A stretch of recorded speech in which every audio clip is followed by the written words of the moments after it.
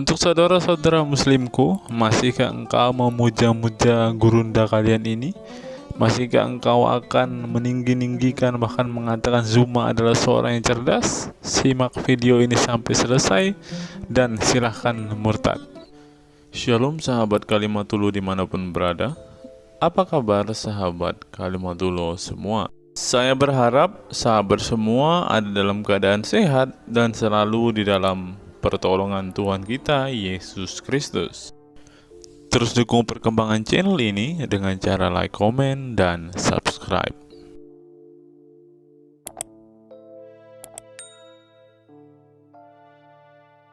Sebelum kita masuk dan fokus membahas video kita hari ini, teman-teman, kita dengarkan kesaksian pujian dari Bang Kay dulu ya, teman-teman.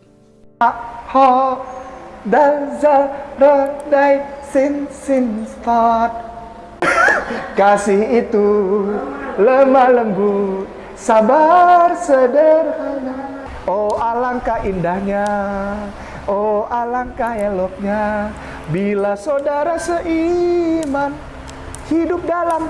Oh, langsung banyak yang nyambung. Logo daripada halal ini, halal Indonesia, akan kena sanksi. Dan sekarang dengan Pak Prabowo ini lebih lagi menunjukkan komitmen, sehingga kita yang tadinya berada di bawah Departemen Kementerian Agama sekarang menjadi di bawah Presiden, gitu ya Pak ya, begitu ya teman-teman ya.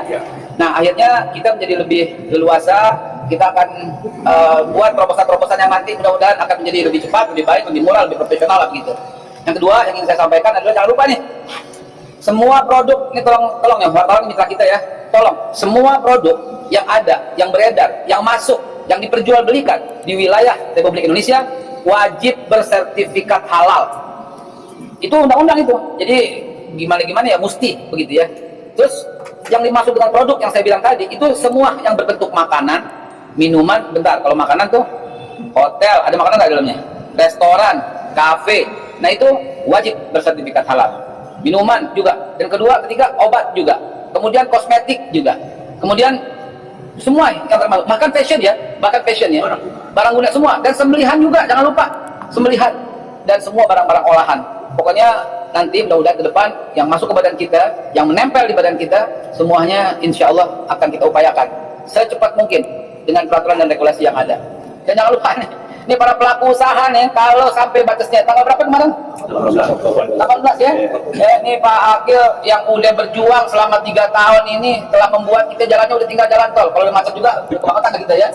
Nah, saya juga dibantu sama Pak Wakil ya, Pak Waka ya, kepala badan, Pak panggilnya Pak Ferdi, Pak Fiasanur.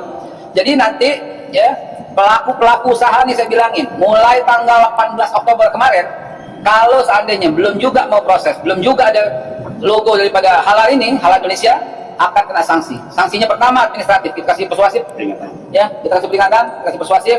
Kalau masih juga, sanksi kedua itu adalah berupa satu, bisa penutupan usaha. Halo semuanya, selamat malam, jumpa lagi dengan saya di sini. Apa kabar kalian semuanya? Bagaimana hari ini yang sudah makan babi? Apa sudah dapat label halal? Kalau belum, cium tangan. Tinggal bilang sama Haikal, suruh kasih sertifikat ya. Kemudian apa tadi yang disebut usaha persembelihan ya. Jadi kalau yang disembelih itu sekalipun babi juga harus ada sertifikat halal. Jangan lupa teman-teman, itu kalau dilihat kulkasnya, komputer kalian kalau nggak ada sertifikat halal maka kalian haram. Kasih tahu si Riva, si Zuma ya. Itu kalau misalnya handphonenya juga nggak ada kata sertifikat halal, itu juga nggak boleh dipakai ya. Terus lagi itu pakaiannya yang menempel di badannya, kalau nggak ada sertifikat halalnya, mendingan copot telanjang sekalian ya, daripada dikasih sertifikat haram ya kan, dipakai nanti masuk neraka ya kan. Apa kabar negeri Konohaku? Waduh luar biasa, semakin hari semakin edan, semakin gila, semakin gemblung ya. Aduh, sebenarnya teman-teman gini, dari kapan itu sebelum pelantikan Pak Prabowo saya tuh pengen bikin puisi gitu ya. Kapan lagi negara kita ini mengalami kemajuan gitu ya. Tapi kalau dari presiden sendiri sebenarnya sudah tahu itu penyakit ya, tetap dimakan, yang pada akhirnya sakitnya akan parah di tubuh pemerintahan itu sendiri. Sudah itu kanker virus ya, kanker ganas ya, yang sudah akan pasti menjalar dan semakin meluas, bahkan akan membinasakan tubuh pemerintah sendiri. Tapi tetap dipakai, ini jadi perkara. Ya, jejak digitalnya si Haikal, dia adalah penipu, itu pertama. Penipunya apa teman-teman? Setelah peristiwa ada anggota FPI yang ditembak, ya, ditembak polisi, kemudian dia mengatakan bahwa para korban yang ditembak oleh polisi itu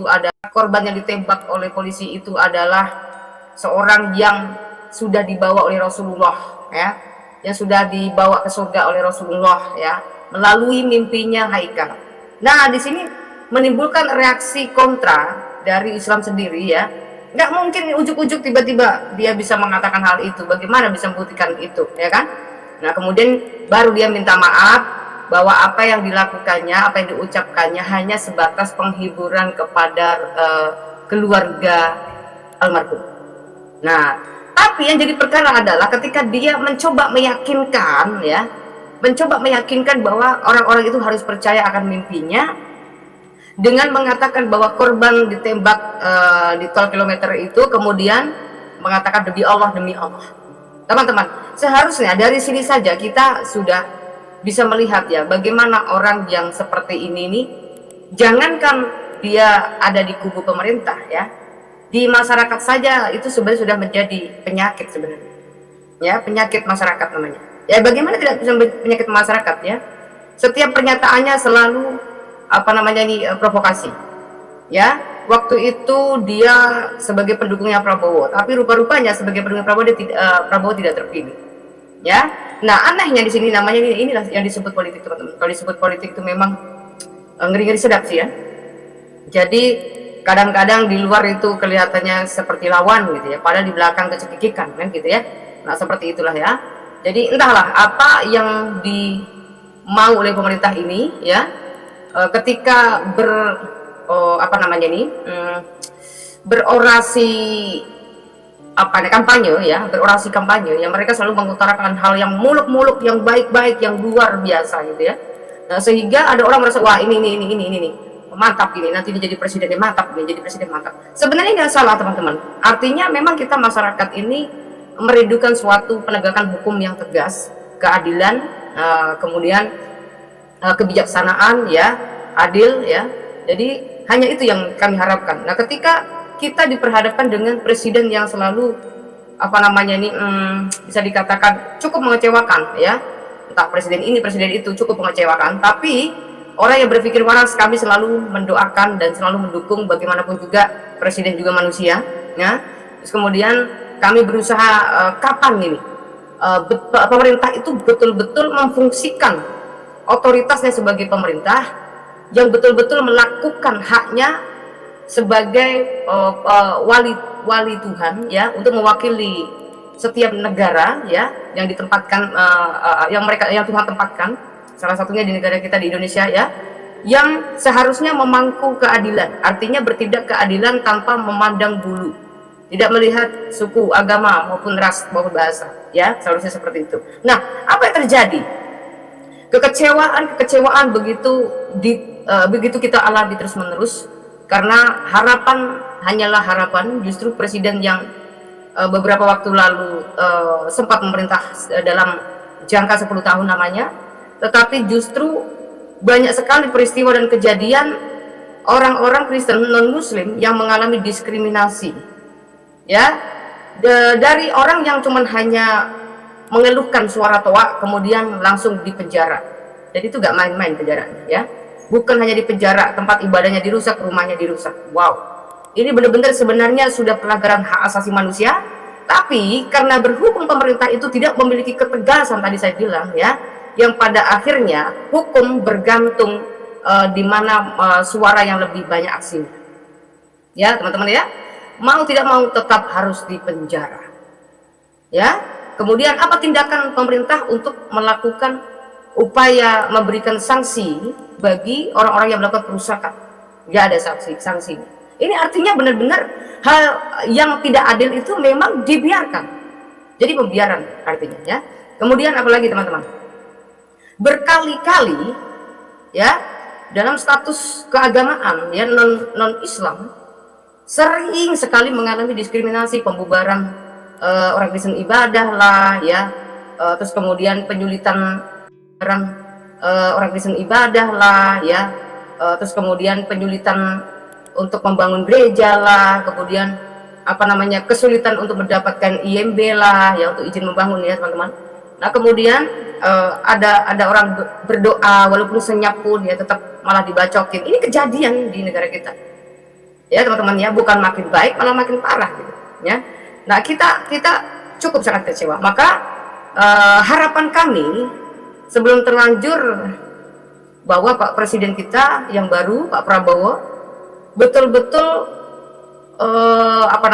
betul-betul memanfaatkan, maaf ya kalau dikatakan, mumpung kita masih hidup dan mumpung kita masih menjabat ya, ketika kita dikasih kesempatan untuk, kan gini teman-teman ya, berapa periode Pak Prabowo selalu gagal ya.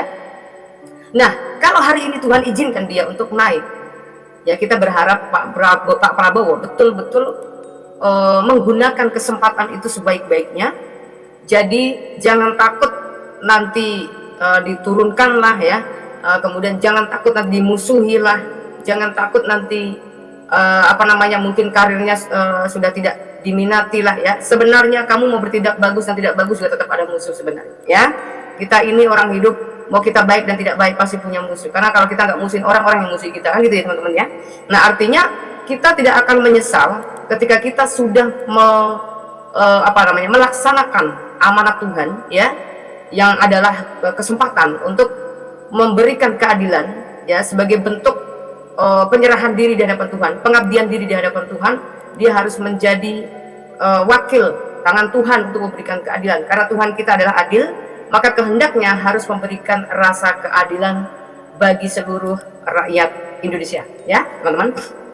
Nah itu harapan kita kawan-kawan, jangan sampai terjadi lagi. Oke, ini akan masuk kepada tema teman-teman. Saya hanya menggunakan waktu ini 1 jam saja, karena di jam 9 saya punya tema baru. Jadi mohon maaf, mungkin ini akan lebih singkat, mungkin juga nggak sampai jam 9, karena ini hanya sekilas info, sekaligus kita menunjukkan ya bahwa ini loh kualitas negara kita akan semakin menjadi lawak-lawakan di dunia internasional teman-teman ya. Negara lain sudah membuat sesuatu hal yang lebih canggih-canggih, di sini masih monoton ke situ-situ saja. Bahkan kalau dilihat dari kebijakan-kebijakan yang mereka ambil, tentunya itu tidak tidak secara umum ya. Ketika mengambil kebijakan-kebijakan itu tidak dilihat dari umum. Sekarang bayangkan teman-teman, kalau sertifikat halal diwajibkan bagi orang-orang yang memiliki usaha restoran, kemudian hotel, persembelihan dan sebagainya, kalau nggak ada sertifikatnya maka akan dikasih sanksi. Ini artinya orang hanya memandang daripada agamanya sendiri. Nah, kalau orang yang dia duduk di pemerintahan, tetapi cara memberikan kebijakan, memberikan aturan itu tidak secara objektif ya, sebenarnya sudah melanggar dia sebagai orang yang menduduki pemerintahan. Ya, sebenarnya rakyat berhak untuk menurunkan orang-orang tersebut karena mereka mendapatkan gaji dari rakyat. Ya, rakyat memberikan pajak untuk mereka kelola dan sebagainya, untuk membayar gaji mereka. Tetapi ketika mereka melaksanakan tugas-tugasnya, tidak memberikan keadilan kepada seluruh rakyat Indonesia, bahkan ya orang-orang yang rajin membayar pajak justru diabaikan. Ini hati-hati kawan-kawan ya. Saya sampaikan, Tuhan diam karena Tuhan kita adalah Tuhan yang panjang sabar. Di dunia diberikan kesempatan begitu panjang, tetapi jika kesempatan itu diabaikan dan disia-siakan kawan-kawan, itulah yang disebut Yesus adalah sang hakim dunia. Dia adalah hakim yang adil. Ya, dia melihat apa yang kita perbuat. Ya, jadi kemungkinan mereka akan aman-aman karena mereka sudah memiliki watak fasik ya. Watak fasik adalah orang yang sok agamis tapi dirinya sendiri sebenarnya tidak percaya kalau Tuhan itu ada dan melihat apa yang dilakukannya. Itulah watak fasik.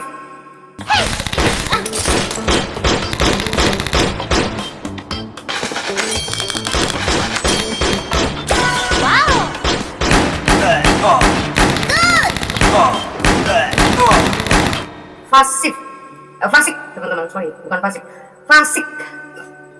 Teman-teman bisa baca orang-orang fasik itu seperti apa. Teman-teman bisa baca Daud ya, Dalam Mazmur Daud itu bisa ada penjelasan tentang bagaimana kelakuan orang fasik.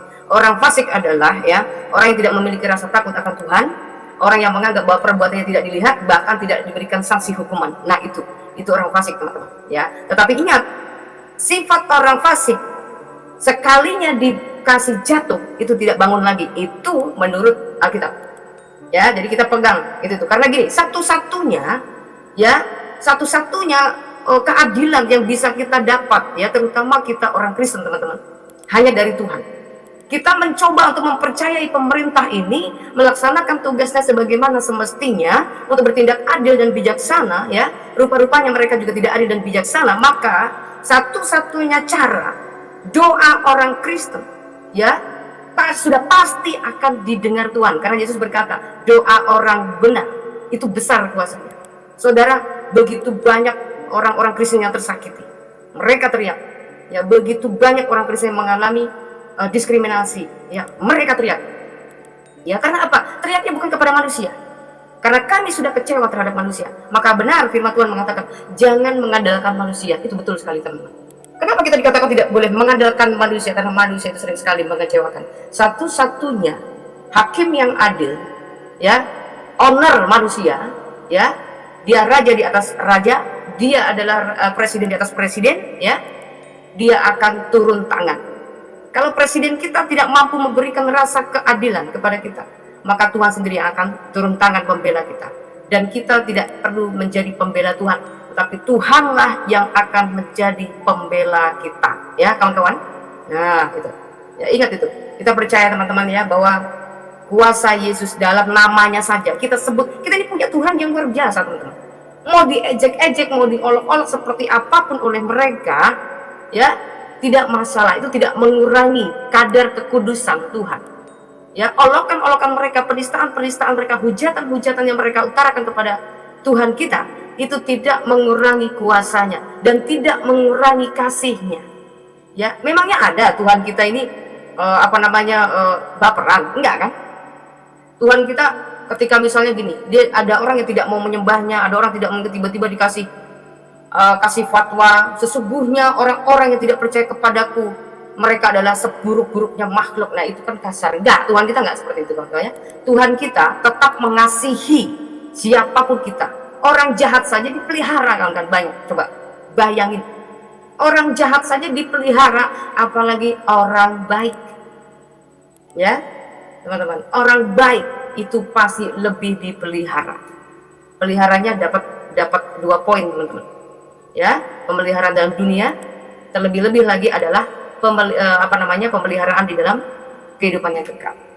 Ya, maka di dalam kekristenan, adapun kau miskin, adapun kau cacat, adapun keadaan seperti apapun engkau, akan diperhitungkan Tuhan. Jadi jangan bicara enggak adil dong Tuhan menciptakan orang kaya. Orang kaya itu bukan dari ciptaan, kawan.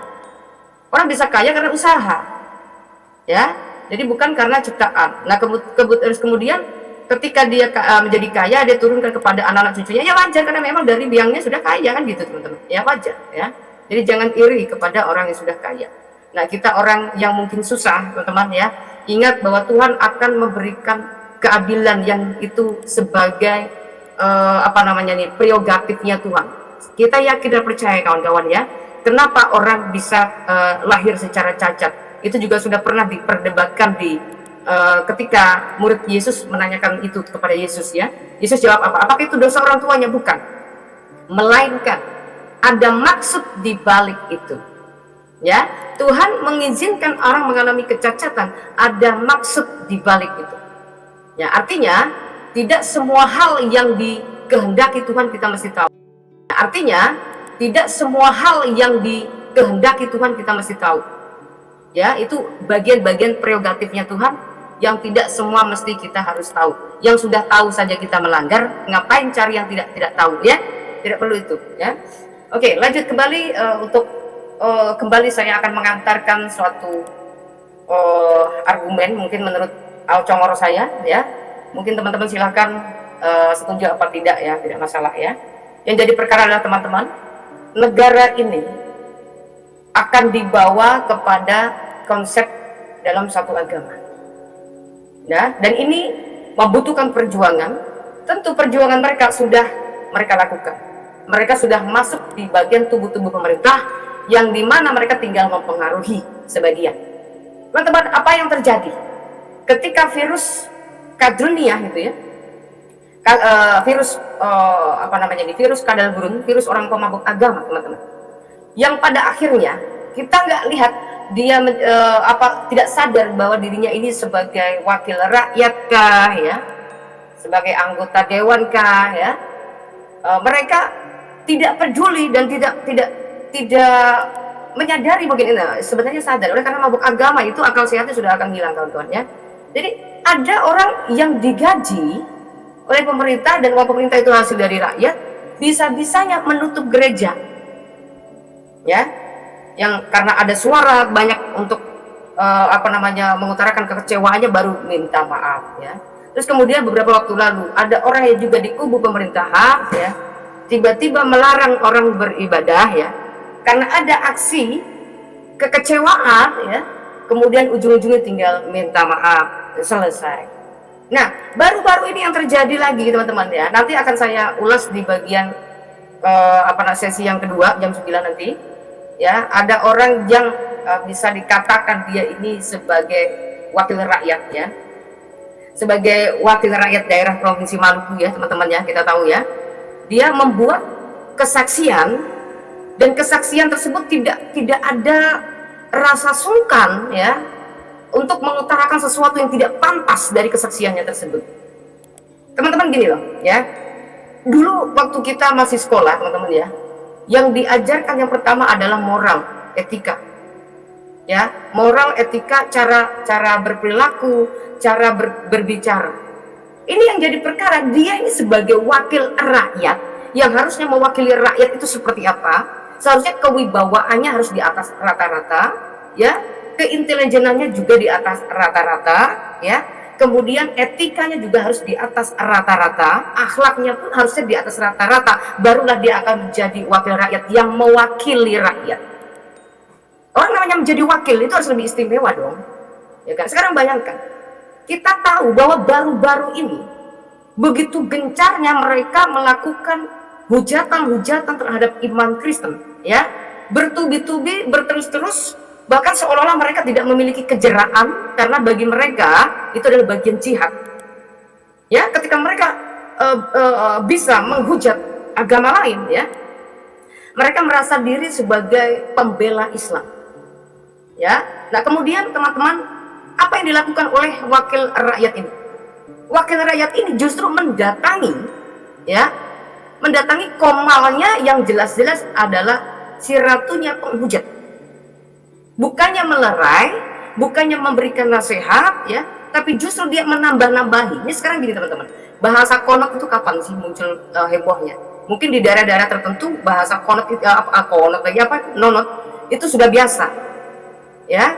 Tetapi bagi kita ini sebenarnya sadar atau tidak sadar, kami nggak terlalu ngerti itu ya bahasa nonot, karena itu bukan bahasa saya ya. Kayak saya ini ngomongin nonot itu apa kan, walaupun saya tahu itu nonot itu apa, tapi karena itu tidak terbiasa itu sebagai bahasa saya, sehingga saya mengatakan nonot itu saya udah biasa, jadinya nggak sungkan gitu, mohon maaf. Tapi kalau seandainya saya mengatakan bahasa nonot itu dengan bahasa saya ya, bahasa ibu saya, bahasa nenek moyang saya, bahasa kaum saya ya, maka saya tidak berani untuk mengucapkan ya teman-teman ya.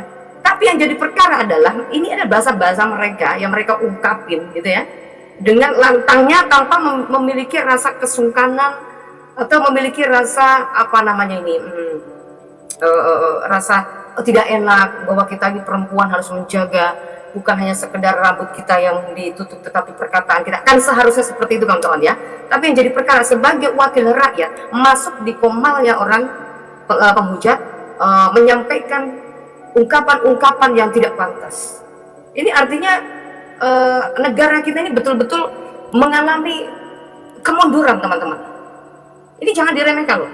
Mengalami kemunduran ini dari segi apapun, dari segi akhlak moral ini jangan diremehkan teman-teman. Ya kalau zaman dulu, kalau ada orang ketabrak ya langsung cepat ditolong, nggak mikir, kadang-kadang kita punya benda kita langsung main lempar saja, taruh karena demi menolong orang. Nah sekarang enggak. Ya jadi kalau ada orang jatuh ambil kamera, wah syuting, wah ada kecelakaan guys, wah parah guys, wah seperti apa ya guys, kita akan lihat, kita akan mendekati korban yang tertabrak lari itu, sepertinya dia masih hidup guys. Kita akan lihat, wah ternyata kakinya putus guys, wah sepertinya itu kepalanya ingin kelindas mobil lagi guys, kita lihat saja. Nah seperti itu kawan-kawan.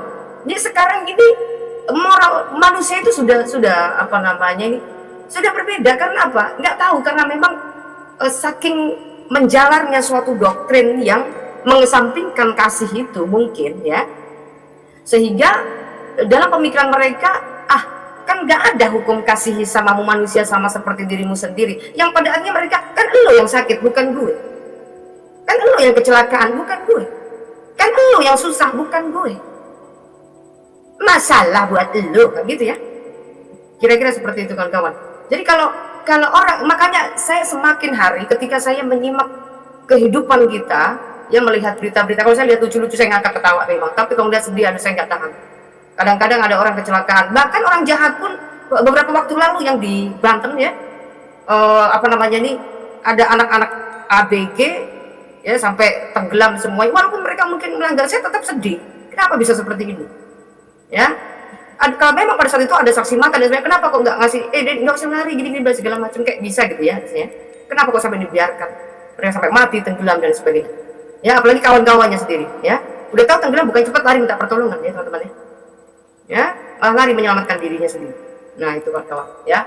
Nah jadi artinya negara kita ini dalam kondisi sangat tidak baik. Dulu pandangan ini waktu saya muslim teman-teman, waktu ini pemikiran muslim ya, saya sedikit bagikan. Waktu saya menjadi muslim, saya dulu berpikir bahwa orang-orang kafir itu semuanya jahat. Orang kafir itu pokoknya mereka penuh maksiat lah, mereka jahat lah. Jadi apa namanya, saya dulu ketemu bule apa itu benci banget teman-teman, udah suka ya, apa namanya, karena ini saya itu pikiran kita ini udah negatif tinggi sama mereka, orang Cina. Jadi pikiran kita sudah buruk kepada mereka. Orang asing itu adalah orang jahat, dan orang baik adalah orang kita ya, orang Indonesia itu baik, itu menurut saya. Nah teman-teman, tapi apa yang terjadi ya, kita bisa membedakan ya dari tayangan TikTok atau di mana gitu teman-teman ya, ada yang dilakukan oleh orang-orang bule itu, bahkan hewan yang ini aja ditolongin sampai setengah mati gitu ya.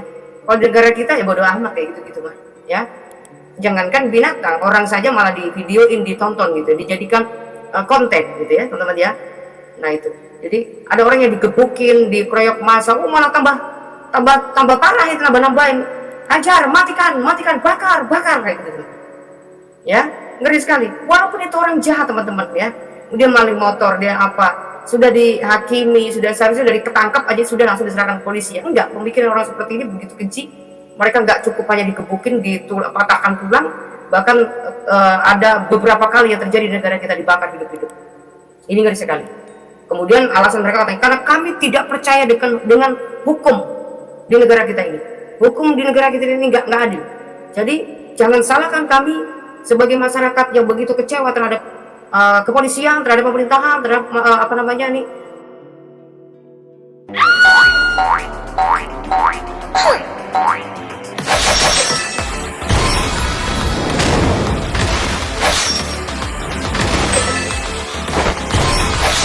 Masyarakat yang begitu kecewa terhadap kepolisian, terhadap pemerintahan, terhadap apa namanya ini, hukum, sehingga kami harus mengambil tindakan hakim sendiri. Nah seperti itu teman-teman ya. Artinya ini memang ada harus banyak diperbaiki semua. Tadi kan saya bilang apa, di kubu pemerintahan harus mengalami perubahan, kemudian di negara kita pun juga harus mengalami bukan negara kita, di masyarakat kita pun pola pikirnya ya, cara pandangnya juga harus dirubah. Maka supaya bisa berubah teman-teman, ketika Anda beragama, jangan menjadi pembenci gitu loh. Anda silakan, Anda sebagai umat Islam, Anda sebagai Kristen, Anda sebagai Hindu, Buddha dan sebagainya ya, lakukan saja agamamu mengajarkan apa. Ya sudah, sholat 5 waktu kamu. Kalau puasa, kalau pengen mencari surga yang lebih lagi tingkatkan amalanmu. Jadi pertanyaan adalah, tingkatan amalanmu itu apa? Kok ada orang yang fanatik agama, jidatnya gosong, tapi teriak-teriak anti non-muslim, teriak-teriak kafir, teriak-teriak halal darah, teriak-teriak hukum hakimi bakar. Ini gimana ini Ya, teman-teman. Jadi kita kehilangan moral karena agama yang kita anut tidak memberikan hukum yang tegas yang diberikan oleh Allah Abraham, Ishak dan Yakub dari perjanjian lama sampai perjanjian baru. Nah, di sini teman-teman, saya begitu baru lebih menyadari setelah melihat tayangan-tayangan video-video yang sudah beredar di TikTok ya, di berita-berita ya. Kenapa si Tuhan ini memberikan hukum ini? Dan hukum kasih kepada Allah dan juga kasih kepada sesama dan kasih kepada musuh. Bagi umat Islam mengatakan itu hukum mustahil, tahu nggak Fatimah? Loh, kenapa dibilang mustahil? Emang ada orang mengasihi musuh terus kamu dipotong, kamu nggak balas? Bukan begitu standar hukum kepada musuh, kawan. Kenapa Yesus memberikan hukum kasih kepada musuh? Artinya kita tidak diizinkan untuk menjadi manusia yang memiliki pemikiran setengah sumbu. Ya, sekarang bayangkan teman-teman, kalau hanya kata-kata misalkan kayak semacam itu tuh, dia tuh perempuan itu diomongin jelek terus kemudian dia mencak-mencak marah apa segala macam. Jangan, itu orang yang musuh kita kan. Mereka adalah orang yang musuh kita. Kita doakan mereka, jangan barbar, itu maksudnya. Maka konteks daripada musuh ya teman-teman ya, musuh tuh nggak mesti harus orang yang tiba-tiba ujuk-ujuk bunuh kita, bukan. Musuh dalam hidup kamu, orang-orang yang tidak menyukai kamu, orang-orang yang sering memfitnah kamu, orang-orang yang sering mengguncingkan kamu, itulah musuh juga gitu. Mereka adalah lawanmu. Yesus berkata apa? Jangan berkumpul dengan mereka. Kenapa? Kebiasaan buruk merusak kebiasaan baik. Kau memiliki kebiasaan baik, tetapi engkau tidak bisa mempengaruhi orang yang memiliki kebiasaan buruk, maka kamu akan bercampur menjadi mereka. Kecuali kamu bisa mempengaruhi orang-orang buruk itu menjadi baik, gak masalah. Kamu akan sama seperti mereka, tukang rumpi, tukang ngegibah bahasa mereka, ya, tukang fitnah. Oh, pokoknya apa saja diomong, kamu akan menjadi seperti itu. Dan banyak sekali orang-orang yang melakukan kebencian tanpa alasan. Itu ingat, itulah yang disebut musuh. Mereka yang melawan kita, mereka yang memusuhi kita. Nah, bagaimana ketika kita menghadapi orang yang memusuhi kita? Maka Yesus mengajarkan, kasihilah musuhmu dan doakan mereka. Tapi kalau kamu ujuk-ujuk datang bawa golok, oh, tunggu dulu. Ya, saya harus bela diri dong. Ya, saya bacok balik, saya bedil balik dong, ya kan? Begitu teman-teman. Nggak ada ceritanya kita suruh mati konyol, nggak ada. Bedakan itu ya. Nah, jadi kalau misalkan orang ujuk-ujuk pakai golok, ya beda cerita. Yang dibilang musuh, kita tahu orang yang melawan kita ini siapa. Orang-orang yang membenci kita itu siapa. Seperti itu. Nah, jadi gini kawan-kawan ya, saya semakin bangga dengan ajaran Kristus yang juga tidak sama sekali memiliki pertentangan dari hukum Taurat. Yesus mengatakan, aku datang bukan untuk meniadakan hukum Taurat maupun kitab para nabi, tapi aku datang untuk menggenapinya. Ya, hukum Taurat adalah ke-10 firman. Kitab Taurat itu berisikan kitab para nabi. Artinya, sejarah-sejarah yang tercatat adalah memberikan informasi kepada kita tentang bagaimana manusia yang rusak oleh dosa, tentang bagaimana tujuan Tuhan, bagaimana alam semesta diciptakan, bagaimana nubuatan-nubuatan, ya, itu tertulis semua di dalam kitab para nabi. Ya, jadi jangan sampai ujuk-ujuk kita sebagai orang yang percaya pada penggenapan, sampai ujuk-ujuk kita sebagai orang yang percaya pada penggenapan. Yesus itu adalah Tuhan, Yesus itu adalah Mesias, tapi tidak ada referensi pembuktian nubuatan. Apakah itu bisa dianggap kebenaran? Nah, enggak dong. Contoh ya, Islam mengaku agama yang milah Ibrahim, agama yang mengikuti milah Ibrahim, agama yang menyempurnakan kitab Taurat dan Injil. Tapi rupa-rupanya apa yang dilakukan oleh Muhammad bertentangan dengan Taurat dan Injil. Bahkan hukum Tauratnya dilenyapkan, ditiadakan di situ. Ini beda cerita teman-teman ya. Yesus mengatakan, jangan kau sangka aku meniadakan hukum Taurat maupun kitab para nabi. Aku datang untuk menggenapinya. Nah, sedangkan dalam Muhammad, hukum Taurat ditiadakan. Bahkan bukan digenapinya, malah diamburadul, diacak-adul di situ. Kalau disebut menggenapi atau menyempurnakan, ini tidak bertentangan dong. Yesus disalib sejarahnya, dibilang di sana tidak disalib. Bertentangan nggak? Bertentangan. Terus mengatakan yang benar siapa? Yang benar dari Arab. Informasi dari Arab apa informasi dari Israel? Yang terjadi di mana itu di bangsa Israel dan sudah dicatat, didokumentasikan ribuan tahun dengan ratusan tahun sebelum ada Islam ada. Kemudian di abad 7 ujuk-ujuk merasa diri, kitab saya yang harus didengar, kitab saya yang harus dianggap benar, kitab kamu yang salah. Konyol nggak teman-teman? Nah, inilah pola pikir orang-orang yang memiliki kadar sumbu pendek.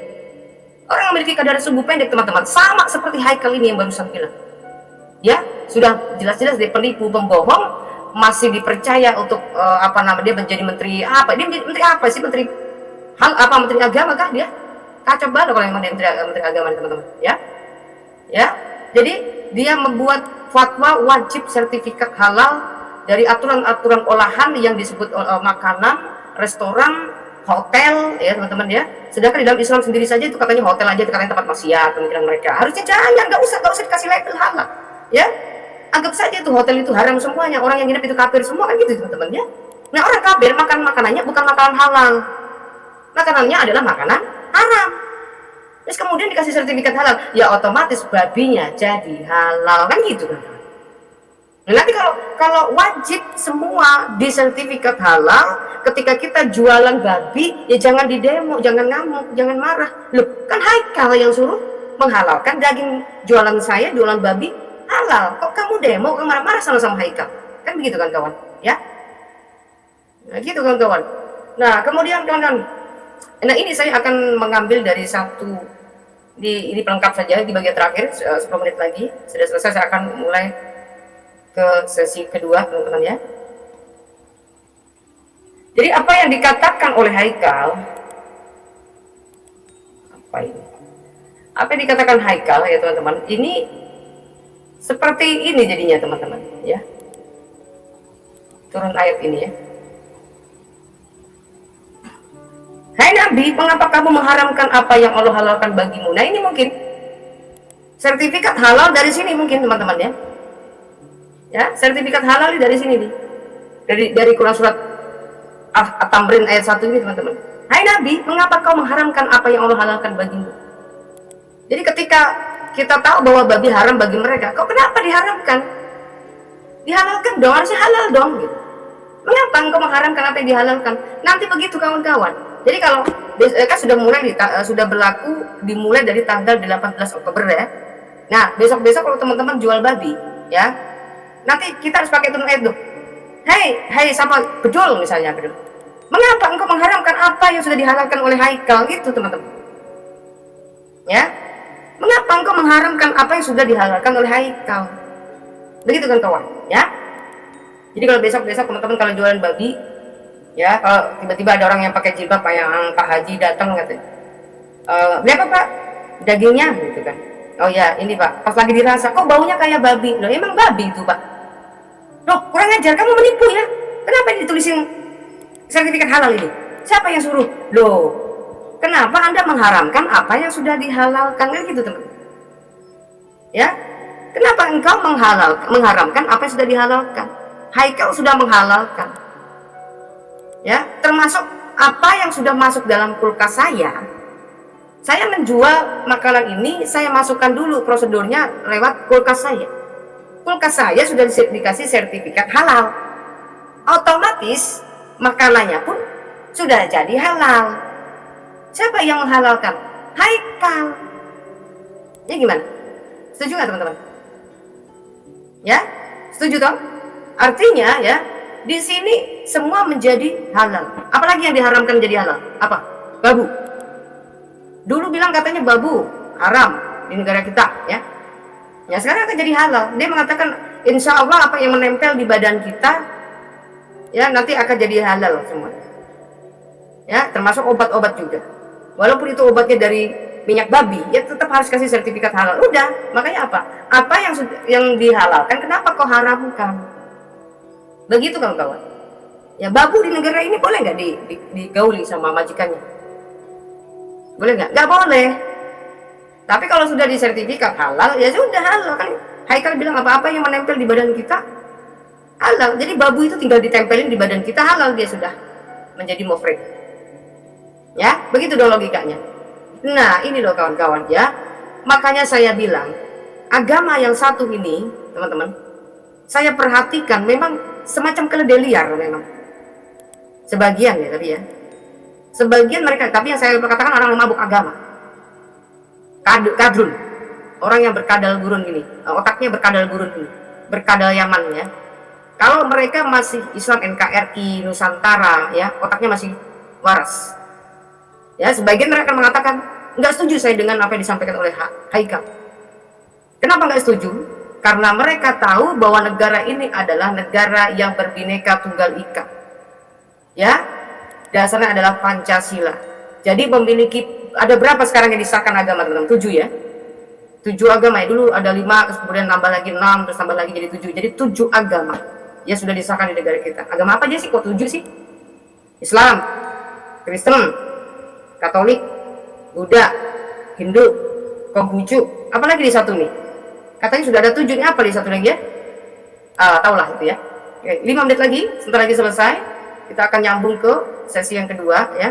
Kita akan bahas tentang pernonotan ini, lagi viral-viralnya nih sekarang soal pernonotan ini ya. Jadi oke gitu teman-teman ya.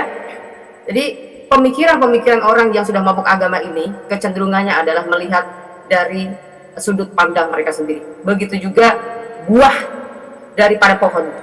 Maka untuk bisa melihat kebenaran ya, Yesus mengarahkan kepada ajarannya. Dari mana kita bisa mengetahui kebenaran, guru? Ketika murid Yesus menanya Yesus menjawab apa? Dari buahnya lah engkau akan mengetahui. Artinya mengetahui biang pohonnya. Kalau nggak mungkin yang namanya pohon baik menghasilkan buah yang tidak baik. Jadi dan nggak mungkin juga pohon yang baik menghasilkan buah yang tidak baik pula. Nah artinya dari kesemuanya ini adalah dilihat daripada akarnya. Tapi ada juga pohonnya itu memang sebenarnya dibilang baik gak baik, antara baik dan tidak baik. Hasilnya juga antara baik dan tidak baik. Ya teman-teman ya, seperti itu. Tapi kalau pohon itu adalah pohon kebenaran, yaitu Yesus itu sendiri, dia berkata, akulah kebenaran. Dia mengatakan, akulah pokok anggur yang benar. Dan kita adalah ranting-rantingnya. Ya, dan ingat teman-teman, di dalam tubuh Kristus, kita harus menyambung bersatu, kemudian menjadi ranting-ranting yang bertumbuh dan berbuah. Ya, karena kalau tidak berbuah nanti akan dipotong, akan dibuang, sama halnya yang terjadi dalam surat Matius 7 ayat 21. Bukan setiap orang yang berseru, aku Tuhan, Tuhan, yang akan bisa masuk dalam kerajaan Bapa di surga, melainkan orang yang melakukan kehendaknya. Artinya teman-teman, pertama-tama adalah menjadi Kristen jangan jadi suam-suam kuku. Menjadi orang Kristen, ya, itu bukan hanya KTP. Itu, ya. Kemudian, menjadi orang Kristen bukan hanya tahu Yesus itu Tuhan. Ya, tetapi harus menjadi pelaku firman. Itu maksudnya teman-teman ya. Jadi Matius 7 ayat 21 yang sering disalahpahami oleh keledai liar, maka kita sudah sering untuk memberikan pembelaan secara data. Jadi jangan seperti mereka kawan-kawan. Jadi saya sarankan untuk teman-teman apologet dimanapun kita berada, saya berharap bahwa kita semuanya harus memiliki identifikasi sebagai murid Kristus. Walaupun kita tidak sempurna, kita manusia biasa juga bisa marah. Tapi ingat, kita harus kontrol dengan kata-kata kita ya. Jadi jangan justru kita menjadi sama seperti mereka, membuat penghujatan kata-kata yang tidak pantas ya teman-teman ya. Misalkan kayak ini sesembahnya dengan kata-kata yang tidak pantas. Tapi kalau kita hanya sekedar menunjukkan data, itu tidak salah. Apalagi mereka yang selalu duluan membuat penghujatan yang luar biasa ya. Jadi kita sekedar untuk menunjukkan bahwa apa yang kau tuduhkan kepada iman kami itu ada dalam kitab kalian sendiri. Nah itulah gunanya para apologet berdiri sini dan bersuara teman-teman ya. Mari kita simak apa yang diungkapkan oleh profesor dan cendekiawan muslim yang satu ini. Kita kutip dalil liputan 6 teman-teman. Quraisy Shihab mengatakan, tolong jangan pilih ustadz yang suka memaki. Kai Haji Quraisy Shihab ibaratkan begini. Nah teman-teman, ternyata ada juga ustadz-ustadz yang suka memaki-maki teman-teman. Bisa jadi ini adalah salah satu oknum yang dikatakan oleh Habib Kribo tadi teman-teman, dimana mereka seakan-akan orang yang paling beriman, paling beragama, dengan kepalanya ada titik hitam dan juga jenggotnya sampai panjang ke lantai, kata Habib Kribo tadi kan teman-teman. Di era modern ini ketika ceramah agama mudah diakses melalui berbagai media, umat Islam dihadapkan pada pilihan beragama ustadz atau penceramah yang dapat mereka ikuti. Namun tidak semua pendakwah menggunakan cara yang sejuk dan penuh hikmah dalam menyampaikan pesan agama. Menanggapi fenomena ini, wah ini ternyata sebuah fenomena nih teman-teman, berarti sudah sering terjadi nih teman-teman. Profesor Kiai Haji Quraisy Shihab, seorang cendekiawan muslim, terkemuka menekankan pentingnya memilih ustadz yang tidak memaki-maki dalam dakwahnya. Quraisy Shihab mengingatkan bahwa dakwah adalah ajakan kepada kebaikan yang harus disampaikan dengan cara yang baik pula. Ia menekankan pentingnya mencontoh akhlak Nabi Muhammad SAW yang selalu lemah lembut dalam menyampaikan ajaran Islam. Mengutip sabda Nabi Muhammad, barang siapa yang beriman kepada Allah dan hari akhir, hendaklah ia berkata baik atau diam. Ayahanda presenter Najwa Shihab menegaskan bahwa ini adalah pedoman penting bagi para pendakwah. Kata-kata yang baik dan penuh hikmah lebih efektif dalam menyentuh hati dan menggerakkan orang untuk berubah ke arah yang lebih baik. Dalam dakwah, seringkali ditemukan penceramah yang menggunakan kata-kata yang keras dengan alasan untuk menegur atau mengingatkan umat. Namun, Profesor Quraisy Shihab mengingatkan bahwa cara ini justru bisa menimbulkan antipati dan menjauhkan orang dari ajaran agama Islam yang seharusnya penuh kasih sayang dan rahmat. Menukil Islam.co, Quraisy Shihab menjelaskan hal yang menarik ketika ditanya seseorang terkait kriteria ustadz yang tepat untuk dijadikan panutan atau sebagai penceramah. Mantan rektor lain, sekarang UIN, Syarif Hidayatullah Jakarta, ini menjelaskan dengan penuh kasih ibarat seorang bapak menasihati anaknya. Pilihlah ustadz yang menganut paham moderat. Anda tidak akan mendengar makian, tutur mantan Menteri Agama ke-16 masa Presiden Soeharto ini. Quraisy Shihab menjelaskan bahwa ustadz yang wasatiyah akan terbuka untuk dikritik dan tidak fanatik dengan satu pandangan dan menilai pandangan yang orang lain salah. Quraisy Shihab menjelaskan bahwa ustadz wasatiyah akan terbuka untuk dikritik dan tidak fanatik dengan satu pandangan dan menilai pandangan orang lain salah. Ustadz yang wasatiyah memahami bahwa jalan menuju agama itu besar dan memiliki jalan-jalan kecil untuk menuju jalan besar itu. Karena dalam rincian ajaran agama yang Tuhan tanyakan adalah hasilnya, misalnya 5 tambah 5, 10, tapi bisa juga 7 tambah 3, lanjutnya. Salah satu ciri ustadz yang wasatiyah menurutnya adalah berpengetahuan luas. Ustadz yang berpengetahuan luas akan mampu menilai dan menghargai suatu pendapat, sedangkan ustadz yang sempit pengetahuannya akan mudah menyalahkan. Semakin luas pengetahuan seseorang, semakin besar toleransinya. Semakin sempit, semakin bodoh tandasnya. Nah, teman-teman muslim, silahkan kalian mau milih ustadz yang modelnya seperti ini. Karena ustadz yang berilmu itu seperti yang dikatakan oleh Bapak Quraisy Shihab ini, bahwa mereka pasti adalah orang yang sangat toleransi. Tetapi jika ustadzmu kamu dapati tidak bisa bertoleransi atau orang yang intoleran, maka mereka bisa dikatakan ustadz yang BODOH, kata Quraisy Shihab. Nah, pertanyaannya adalah, apakah Zuma termasuk standar ustadz yang baik atau ustadz yang toleran? Mari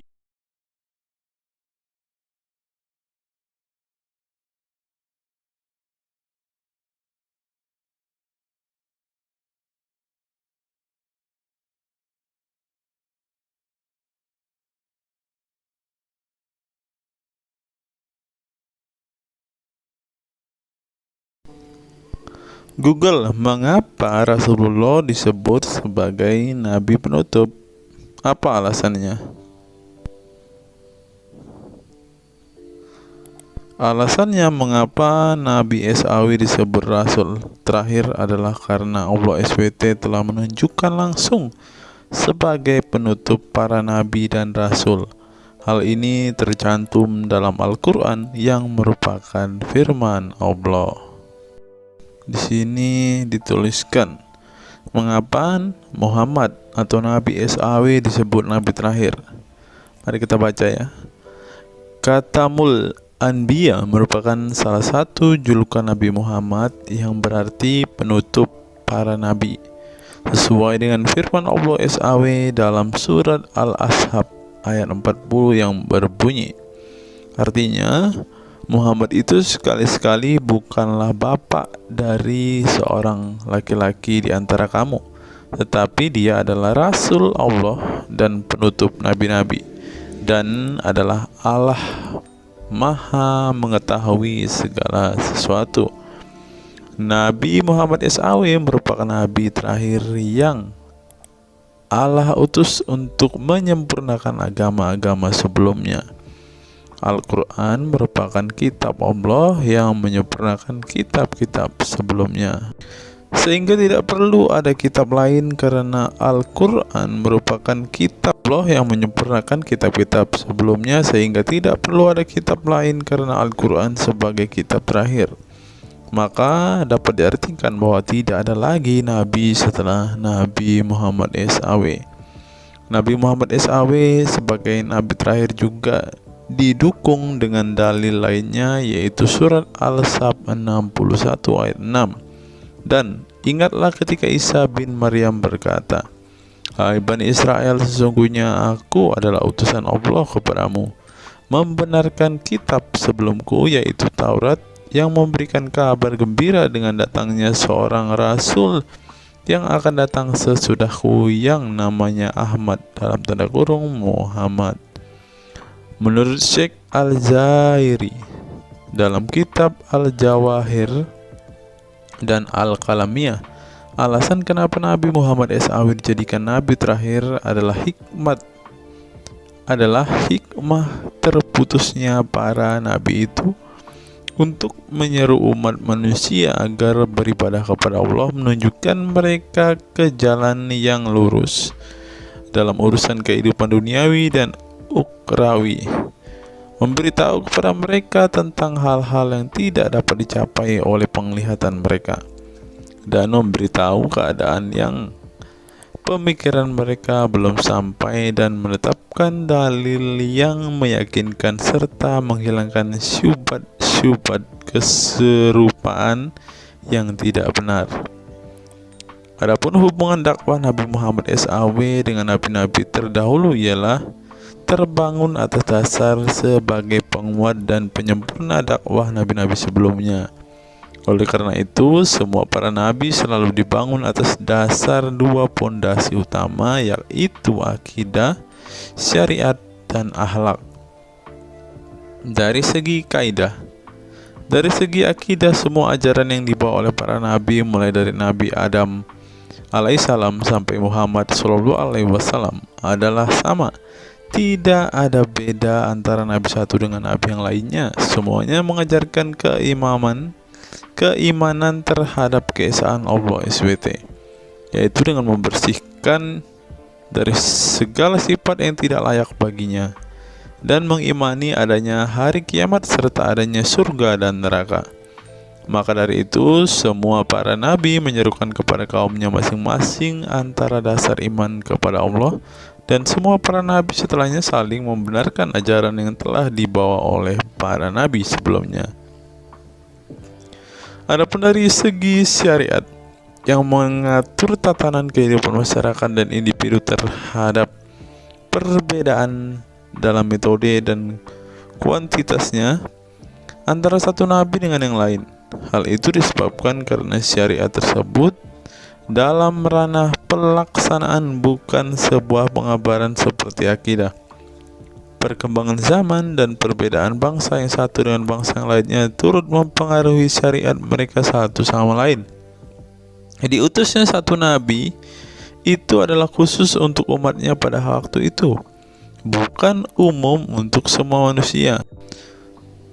Sebuah hukum syariat terbatas dalam ruang lingkup yang sempit sesuai dengan umatnya pada waktu itu secara khusus. Nah, dari bagian pertama ini kita mengetahui teman-teman mengapa Rasulullah ini dikatakan sebagai nabi penutup, karena Rasulullah juga mengajarkan kepada keesaan Allah, teman-teman. Nah, seperti yang terus di sini. Semuanya mengajarkan keimanan terhadap keesaan Allah SWT, yaitu dengan membersihkan dari sifat segala yang tidak layak baginya dan mengimani adanya hari kiamat dan adanya surga dan neraka. Salah satu alasan mengapa Rasulullah disebut sebagai nabi penutup adalah ini, teman-teman. Mari kita lihat fakta berikutnya. Menurut kumparan, teman-teman, alasan mengapa Rasulullah SAW disebut nabi terakhir, teman-teman. Mari kita simak ya. Saya berharap teman-teman tidak bosan mendengar setiap fakta-fakta yang kita bukakan ini, karena dengan melihat fakta-fakta ini setidaknya kita belajar, teman-teman, dan dapat memaklumi mengapa sih saudara-saudara muslim kita itu sangat-sangat menjunjung tinggi Rasulullah, teman-teman. Mari kita simak. Nabi Muhammad SAW adalah nabi yang ke-25 dalam Al-Quran. Sebagai umat Islam, kita diwajibkan mempercayai bahwa tidak ada rasul lain setelah kematian Nabi Muhammad SAW. Sebenarnya mengapa Nabi SAW disebut rasul terakhir? Bukan tanpa alasan Allah SWT memilih Nabi Muhammad SAW sebagai rasul terakhir, sehingga kita dilarang untuk mempercayai bahwa adanya rasul setelah Nabi Muhammad SAW meninggal dunia, bahkan sampai memiliki cara pandang berbeda dengan beliau. Nah, jadi teman-teman kita, saudara-saudara kita tidak percaya ada nabi setelah Nabi Muhammad, teman-teman. Terlebih ada yang nabi yang membawa ajaran-ajaran yang berbeda dari apa yang diajarkan oleh Rasulullah. Berikutnya, alasan dibalik Nabi Muhammad SAW disebut rasul terakhir. Nabi Muhammad SAW ditunjuk menjadi rasul terakhir Allah SWT dan mendapatkan Al-Quran yang merupakan kitab sempurna dari kitab-kitab sebelumnya. Nah, mereka percaya juga kitab mereka adalah kitab yang paling sempurna, karena kitab-kitab sebelumnya tidak sempurna, maka disempurnakan oleh Al-Quran, teman-teman.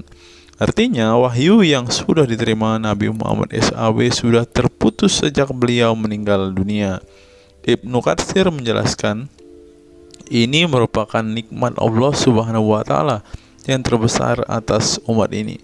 Allah Subhanahu wa Ta'ala telah menyempurnakan untuk mereka agama mereka, sehingga mereka tidak lagi membutuhkan agama selain agama mereka.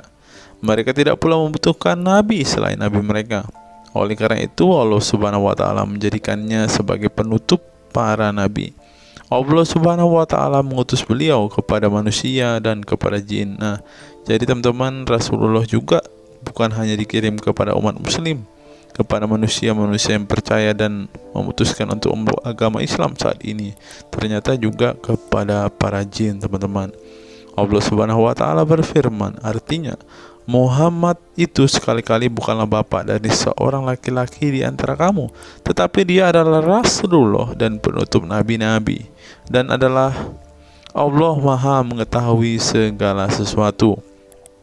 Dikutip dari buku situs-situs dalam Al-Quran oleh Syarifuddin Al-Fikri, para ahli bahasa memberikan makna terhadap kata ma dalam surat Al-Ahzab ayat 40 dengan al-istitsaku wal ma'u, yang artinya memastikan dan menolak sesuatu, sehingga Al-Quran menyebutkan bahwa Nabi Muhammad SAW sebagai khatam an-nabiyin. Artinya pasti tidak ragu beliau seorang nabi terakhir dan menolak orang mengaku di kemudian hari. Adapun alasan dibalik Nabi Muhammad SAW sebagai rasul terakhir dijelaskan oleh Syekh Al-Zairi dalam Al-Jawahir Al-Kalamiyah. Sebenarnya Nabi kita Muhammad dikatakan sebagai penutup para nabi itu hanya karena sesungguhnya hikmat terputusnya para nabi itu menyeru umat manusia agar beribadah kepada Allah, menunjukkan mereka ke jalan yang lurus dalam urusan kehidupan duniawi dan ukhrawi, memberitahu kepada mereka tentang hal-hal yang tidak dapat dicapai oleh penglihatan mereka, dan memberitahu keadaan yang pemikiran mereka belum sampai, dan menetapkan dalil yang meyakinkan serta menghilangkan syubhat-syubhat keserupaan-keserupaan yang tidak benar. Karena itu umat manusia tidak memerlukan lagi kepada nabi sesudah Nabi Muhammad, sebab syariatnya telah mencapai batas kesempurnaan. Dan dari alasan inilah tampak jelas tentang rahasia terusnya beliau untuk seluruh umat manusia, dan keberadaan beliau sebagai manusia yang paling utama dalam segi fisik serta halaknya. Demikianlah penjelasan singkat mengenai Nabi Muhammad SAW sebagai Rasul terakhir. Semoga dengan mengetahuinya dapat menambah meneladani beliau sebagai sosok yang sempurna. Yang perlu diingat, jangan menghujat ya teman-teman. Mengutip sindonews.com, inilah ke-10 keistimewaan Rasulullah. Yang pertama, air liur Rasulullah menjadi obat. Dari Sahl bin Sa'ad berkata, saat Rasulullah dan para sahabat akan berperang di Khaibar, Rasulullah bersabda bahwa ia akan memberikan bendera kepada seorang pria yang cinta dan dicintai oleh Allah dan Rasul-Nya, dan Allah akan memberikan kemenangan. Rasulullah mencari Sayyidina Ali. Akan tetapi para sahabat mengatakan bahwa Ali sedang mengalami sakit mata. Rasulullah memerintah para sahabat untuk mendatangkan Ali kepada beliau. Kemudian Rasulullah meludahi kedua matanya dan mendoakannya. Seketika itu sakit matanya sembuh seakan-akan tidak ada bekas sakit sebelumnya. Kemudian sahabat Khalid bin Ali mengaku pernah digigit kalajengking di kakinya. Lalu Nabi meludahi kakinya dan mengusapnya. Seketika hilang sakit dan berhenti darahnya keluar. Khalid bin Ali mengatakan, aku digigit oleh kalajengking ketika aku di dekat Nabi Muhammad, lalu beliau meludahi kakiku dan mengusapnya. Yang kedua, rambut beliau membawa berkah. Sahabat Khalid bin Walid radhiyallahu anhu tak pernah kalah di medan perang. Di setiap perang, Khalid selalu meraih kemenangan dan membuat nyali musuh ketakutan. Ternyata penyebabnya tak lepas dari keberkahan rambut Nabi Muhammad yang selalu dia bawa ketika perang. Rambut beliau juga dijadikan sebagai obat bagi orang sakit. Yang ketiga, keringat Nabi Muhammad menjadi minyak wangi. Anas bin Malik menceritakan keberkahan keringat Nabi Muhammad sebagai minyak wangi. Beliau mengatakan, Nabi masuk ke rumah kami dan beliau qailullah, tidur siang di tempat kami. Ketika tidur itu Nabi berkeringat, kemudian ibuku datang membawa botol dan keringat Nabi Muhammad ditampung ke dalam botol itu. Kemudian ketika Nabi bangun dari tidurnya, beliau bertanya kepada ibuku, wahai Ummu Sulaim, apa yang sedang engkau perbuat? Ummu Sulaim mengatakan, ini keringatmu wahai Rasulullah, aku jadikan minyak wangi, dan ini adalah minyak wangi yang paling wangi. Yang keempat, tidak memiliki bayangan.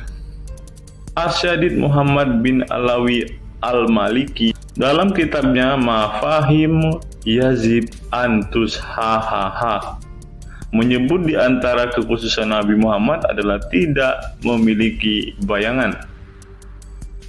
Karena memang beliau adalah cahaya dan cahaya tidak pernah memiliki bayangan.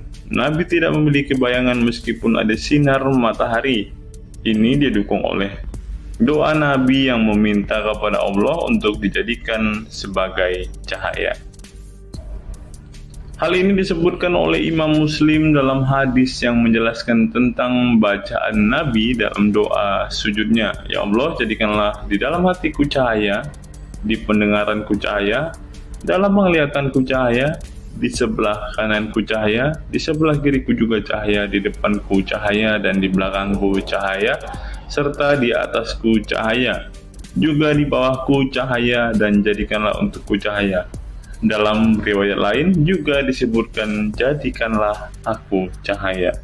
Yang kelima, tidak pernah menguap. Dalam kitab Al-Qashais Al-Kubra, Imam Asyuyuti menyebutkan riwayat Nabi Muhammad yang sepanjang hayat tidak pernah menguap. Ditakris oleh Imam Al-Bukhari dalam kitabnya Al-Tariq, dan juga Ibnu Abi Saibah dalam Musannafnya, dan dari Isa Ibnu Sa'ad dari Yazid bin Al-Asham, beliau berkata bahwa Nabi Muhammad tidak pernah menguap sama sekali. Yang keenam, hati beliau tidak pernah tidur. Keistimewaan lainnya adalah kedua mata beliau tertidur, namun tidak demikian dengan hati beliau. Suatu waktu Nabi Muhammad pernah ditanya oleh istrinya Sayyidah Aisyah tentang tidurnya selepas sholat witir. "Wahai Rasulullah, apakah engkau tidur setelah sholat witir?" Beliau menjawab, "Betul Aisyah, sesungguhnya mataku tertidur dan tetapi hatiku tidak pernah tidur." Ini sejalan dengan apa yang disebutkan beliau bahwa para nabi tidaklah tidur kecuali hanya mata mereka saja yang terpejam. Hati mereka tidak pernah tidur dari berzikir kepada Allah Ta'ala. Dan begitu juga para nabi tidur hanya matanya saja, sedangkan hatinya tidak pernah tidur. Yang ketujuh, jubah beliau sembuhkan orang sakit. Asma bintu Abu Bakar radhiyallahu anhu bertaburuk dengan jubah Nabi. Dari Abdullah bin Kaisan berkata, diperlihatkan kepadaku sebuah jubah tayalisah dari Kisra dan kerahnya berbahan dibaj. Juga kedua sisinya dijahit dengan dibaj. Asma berkata kepada budaknya, "Wahai Abdullah, jubah ini dahulu ada pada Aisyah hingga ia wafat. Setelah Aisyah wafat, aku pun mengambilnya. Dulu Rasulullah sering memakai jubah ini. Kami pun biasa mencuci jubah ini dengan air untuk menyembuhkan orang yang sakit."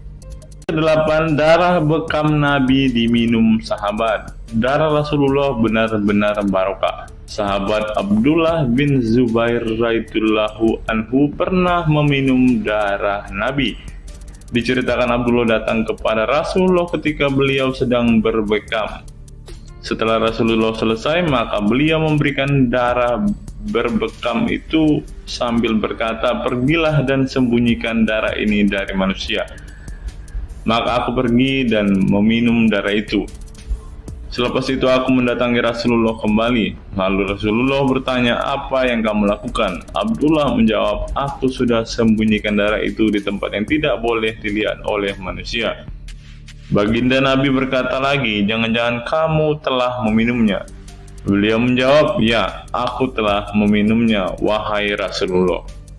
Setelah meminum darah itu, Nabi Muhammad berkata kepada Abdullah, "Sungguh engkau telah menjaga dirimu dari api neraka." Yang ke-9, tidak pernah ihtilam atau dalam tanda kurung mimpi basah. Ihtilam adalah keluarnya air mani karena sebab mimpi atau fantasi. Di Indonesia sering disebut dengan mimpi basah. Dan itu tidak pernah terjadi pada Nabi Muhammad.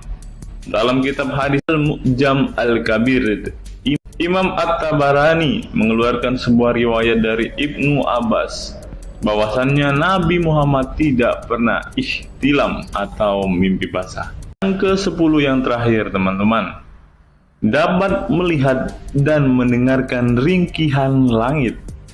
Dari sahabat Abu Dzar, Nabi Muhammad bersabda, "Sesungguhnya aku melihat apa yang kalian tidak lihat, dan aku mendengar apa yang kalian tidak dengar, ringkihan langit. Dan memang pantas langit bersuara ringkih, karena di setiap jarak 4 jari di langit ada malaikat yang menaruh keningnya dan sujud kepada Allah. Demi Allah, seandainya kalian mengetahui apa yang aku ketahui, kalian akan sedikit tertawa dan banyak menangis. Keistimewaan lain dari Nabi Muhammad disebutkan ketika beliau buang air tidak ada bekasnya sama sekali. Dalam kata lain, semua kotoran beliau ditelan bumi, tak sedikit pun yang tertinggal. Beliau juga mampu melihat ke belakang dengan jelas sebagaimana beliau melihat ke depan. Itulah ke-10 keistimewaan Nabi Muhammad yang juga menjadi bukti kenabian beliau. Rasulullah adalah manusia sebagaimana umatnya, akan tetapi Allah menjadikan beliau sebagai manusia yang tidak seperti manusia pada umumnya.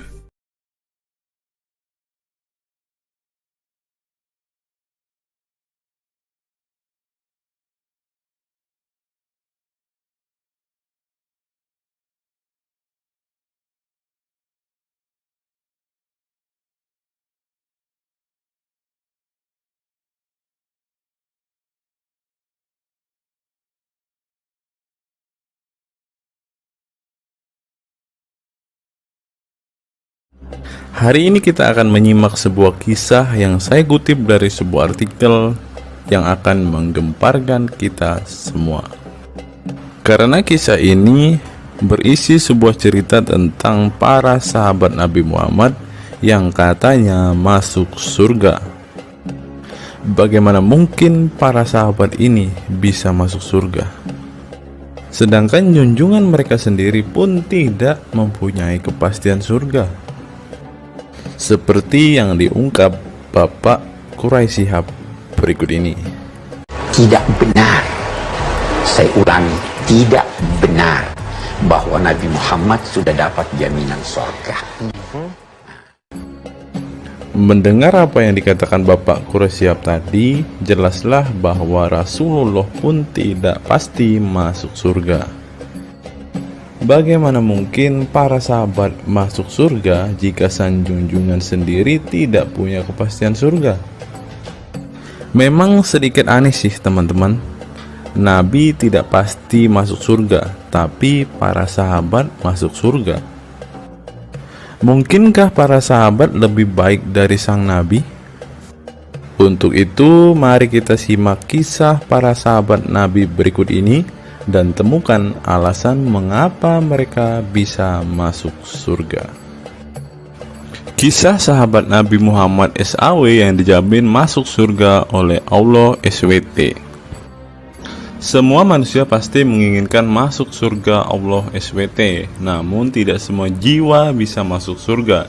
Ada banyak tantangan dan perjalanan yang sangat panjang yang harus dihadapi umat Islam hingga mendapat kesempatan ala SWT untuk masuk surga. Itu juga belum tentu langsung masuk surga. Mungkin harus ke neraka untuk menghapus dosa-dosa terlebih dahulu. Meski demikian, kita bisa belajar dari kisah sahabat Nabi Muhammad SAW yang dijamin masuk surga Allah. Mereka tidak begitu saja mendapat tempat yang keindahannya kekal abadi. Berbagai ujian keimanan dan fisik dalam mengarungi kehidupan mereka di jalan Allah SWT. Siapa sajakah sahabat Nabi SAW yang dijamin masuk surga? Simak selengkapnya dalam ulasan berikut ini. Kisah sahabat Nabi Muhammad SAW yang dijamin masuk surga. Dalam sebuah hadis terdapat 10 sahabat Nabi SAW yang masuk surga. Hadis tersebut berasal dari Abdurrahman bin Auf radhiyallahu anhu. Ia berkata, Rasulullah Shallallahu alaihi wasallam bersabda. Adapun kisah 10 sahabat Nabi yang dijamin masuk surga yang dikutip dari buku biografi 10 sahabat Nabi yang dijamin masuk surga karya Sujai Fadil 2020. Yang pertama, Abu Bakar As-Siddiq. Abu Bakar As-Siddiq dikenal sebagai manusia terbaik setelah Nabi Muhammad SAW. Beliaulah orang pertama yang beriman kepada Nabi SAW, menemaninya dan membenarkan perkataannya. Ketika Nabi Muhammad SAW meninggal dunia, beliaulah yang dipilih menjadi imam dan melanjutkan kepemimpinan sebagai khalifah. Yang kedua, Umar bin Khattab. Sahabat Nabi Muhammad SAW selanjutnya yang dijamin masuk surga adalah Umar bin Khattab. Dedikasi beliau kepada agama Islam sangatlah besar. Walaupun sebelum ia memutuskan untuk beriman kepada Nabi Muhammad SAW, ia ingin membunuhnya. Setelah masuk agama Islam, Umar bin Khattab menjadi orang yang paling berani dan mendapat gelar Al-Furuq, yang memiliki arti pembeda antara yang benar dan yang salah. Yang ketiga, Utsman bin Affan. Utsman bin Affan merupakan saudagar kaya raya, namun kekayaan tersebut tidak membuatnya sombong, namun kebalikannya. Utsman menggunakan hartanya untuk zakat, sedekah, dan infak. Setelah meninggalnya Umar bin Khattab, beliau melanjutkan kepemimpinannya dan juga melanjutkan tugas untuk menyusun mushaf Al-Quran. Yang keempat, Ali bin Abi Thalib. Ali bin Abi Thalib merupakan sepupu dari Nabi Muhammad SAW, sehingga beliau banyak belajar Islam dari usianya sejak kecil. Ali bin Abi Thalib pernah ditinggal Nabi Muhammad SAW saat perang Tabuk untuk menjaga para wanita dan anak-anak. Setelah meninggalnya Utsman bin Affan, beliau meneruskan kepemimpinannya. Namun di masa kepemimpinannya banyak sekali pertentangan dan perpecahan kelompok dengan pemikiran masing-masing. Talhah bin Ubaidillah. Meski tak seterkenal para khulafaur rasyidin, namun beliau merupakan sosok perlindung bagi Nabi Muhammad dalam perang Uhud dengan menangkis anak panah dengan tangannya hingga kehilangan jari-jarinya. Selain itu, Talib bin Ubaidillah disanjung karena kebaikan hati dan sedekah beliau. Yang keenam, Zubair bin Awam. Zubair bin Awam merupakan orang pertama yang berani mencabut pedangnya di jalan Allah SWT saat ia menduga ada orang musyrik yang sewenang-wenang kepada Nabi Muhammad SWT. Perjuangannya untuk masuk ke Islam tidaklah mudah. Beliau sempat disiksa oleh pamannya sendiri agar tidak mengikut Nabi Muhammad SAW. Yang ketujuh, Abdurrahman bin Auf. Abdurrahman bin Auf merupakan seorang saudagar yang kaya raya. Walaupun seorang yang berlimpah harta, beliau banyak menggunakan hartanya untuk kaum muslimin. Ketika mendengar bahwa dirinya akan masuk surga, Abdurrahman bin Auf khawatir apakah layak masuk surga dan merasa dirinya bukanlah siapa-siapa. Yang kedelapan, Sa'ad bin Abi Waqqas. Sa'ad bin Abi Waqqas merupakan paman Nabi Muhammad SAW dari ibunya. Ketika mendengar Islam di Mekah, Sa'ad langsung menghampiri Nabi Muhammad SAW untuk beriman kepada Allah SWT dan Rasulnya. Sa'ad bin Abi Waqqas merupakan orang pertama yang meletakkan anak panah di jalan Allah SWT. Beliau juga dipilih menjadi komandan perang Qadisiyah dan diangkat menjadi gubernur Kufah di masa kepemimpinan Utsman bin Affan. Yang kesembilan, Sa'id bin Zaid. Apabila seseorang yang mampu membuat Umar bin Khattab yang keras bisa masuk ke dalam Islam, beliau adalah Sa'id bin Zaid dan istrinya Fatimah bin Khattab. Beliau mengadakan pertemuan di Darul Arqam dan sebelumnya menyampaikan dakwah di dalamnya. Sa'id bin Zaid tidak pernah absen dari peristiwa penting dan peperangan bersama Nabi Muhammad SAW kecuali di perang Badar. Yang ke-10, Abu Ubaidah bin Jarrah. Abu Ubaidah bin Jarrah merupakan seorang sahabat Nabi Muhammad yang lemah lembut namun cekatan. Beliau termasuk salah satu generasi pertama yang masuk Islam. Ketika perang Uhud, 2 gigi depannya copot, malah tampilan dirinya makin bagus. Giginya ompong dikarenakan ia mencabut 2 rantai yang masuk melalui lubang kancing topi besi di wajah Nabi Muhammad SAW karena terkena tebasan. Dari 10 kisah tadi, semua sahabat Nabi itu terkenal dengan perbuatan baiknya. Apakah standar umat muslim masuk surga adalah dengan berbuat baik? Perbuatan baik tentu tidak dapat menyelamatkan. Seorang ustadz pernah berkata seperti ini. Mengantarkan kita masuk ke surga itu bukan amal perbuatan kita. Kita semua masuk ke dalam surga Allah kelak itu lantaran mendapat anugerah dari Allah dan mendapat rahmat dari Allah. Jadi bukan karena amal ibadah kita. Apa tanggapan teman-teman setelah menyimak kisah ini?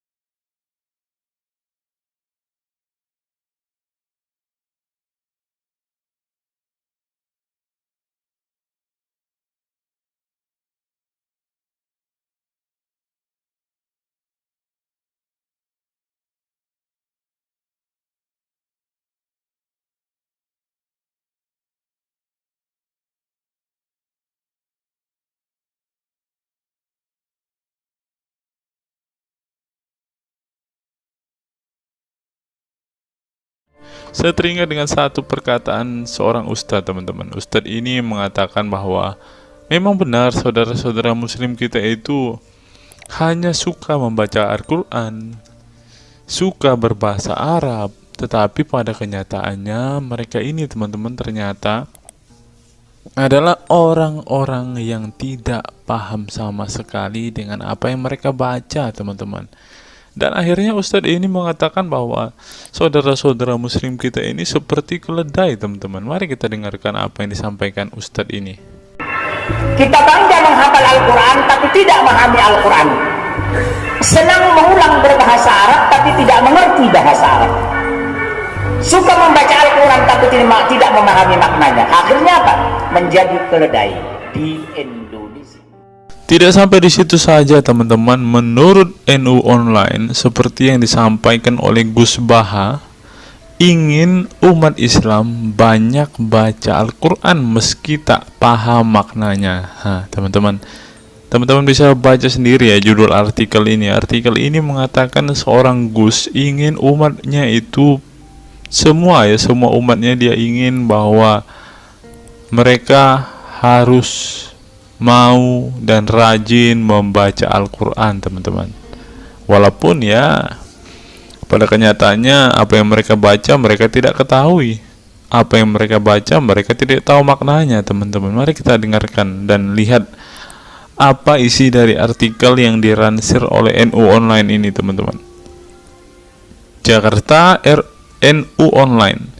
Rais Syuriah Pengurus Besar Nahdlatul Ulama PBNU Kiai Haji Ahmad Bahaudin Nur Salim yang biasa dikenal dengan Gus Baha mengingatkan umat muslim atau umat Islam untuk memperbanyak membaca Al-Quran meski tidak memahami maknanya. Waduh, gak bahaya kah ini? Ustadznya mengatakan harus baca saja Al-Quran walaupun tidak paham. Wah, bisa-bisa umat Islam jadi keledai se-Indonesia nih, seperti yang dikatakan Ustadz yang barusan tadi. Karena semuanya disuruh baca, disuruh hafal, tidak peduli tahu atau tidak arti dan maknanya. Aduh, gimana ini, teman-teman? Sebagai kitab suci, Al-Quran harus lebih dekat dengan umat Islam. Cara mendekatinya bisa dengan mempelajari dan memahami kandungan Al-Quran atau membacanya. Membaca Al-Quran lebih bernilai ibadah, terutama di bulan suci Ramadan. Saya paling sangat ingin di Ramadan ini banyak membaca Al-Quran, baik membaca secara qiraatan saja atau lebih jelasnya. Sebagaimana dikutip NU Online dari akun YouTube Santri Gayeng.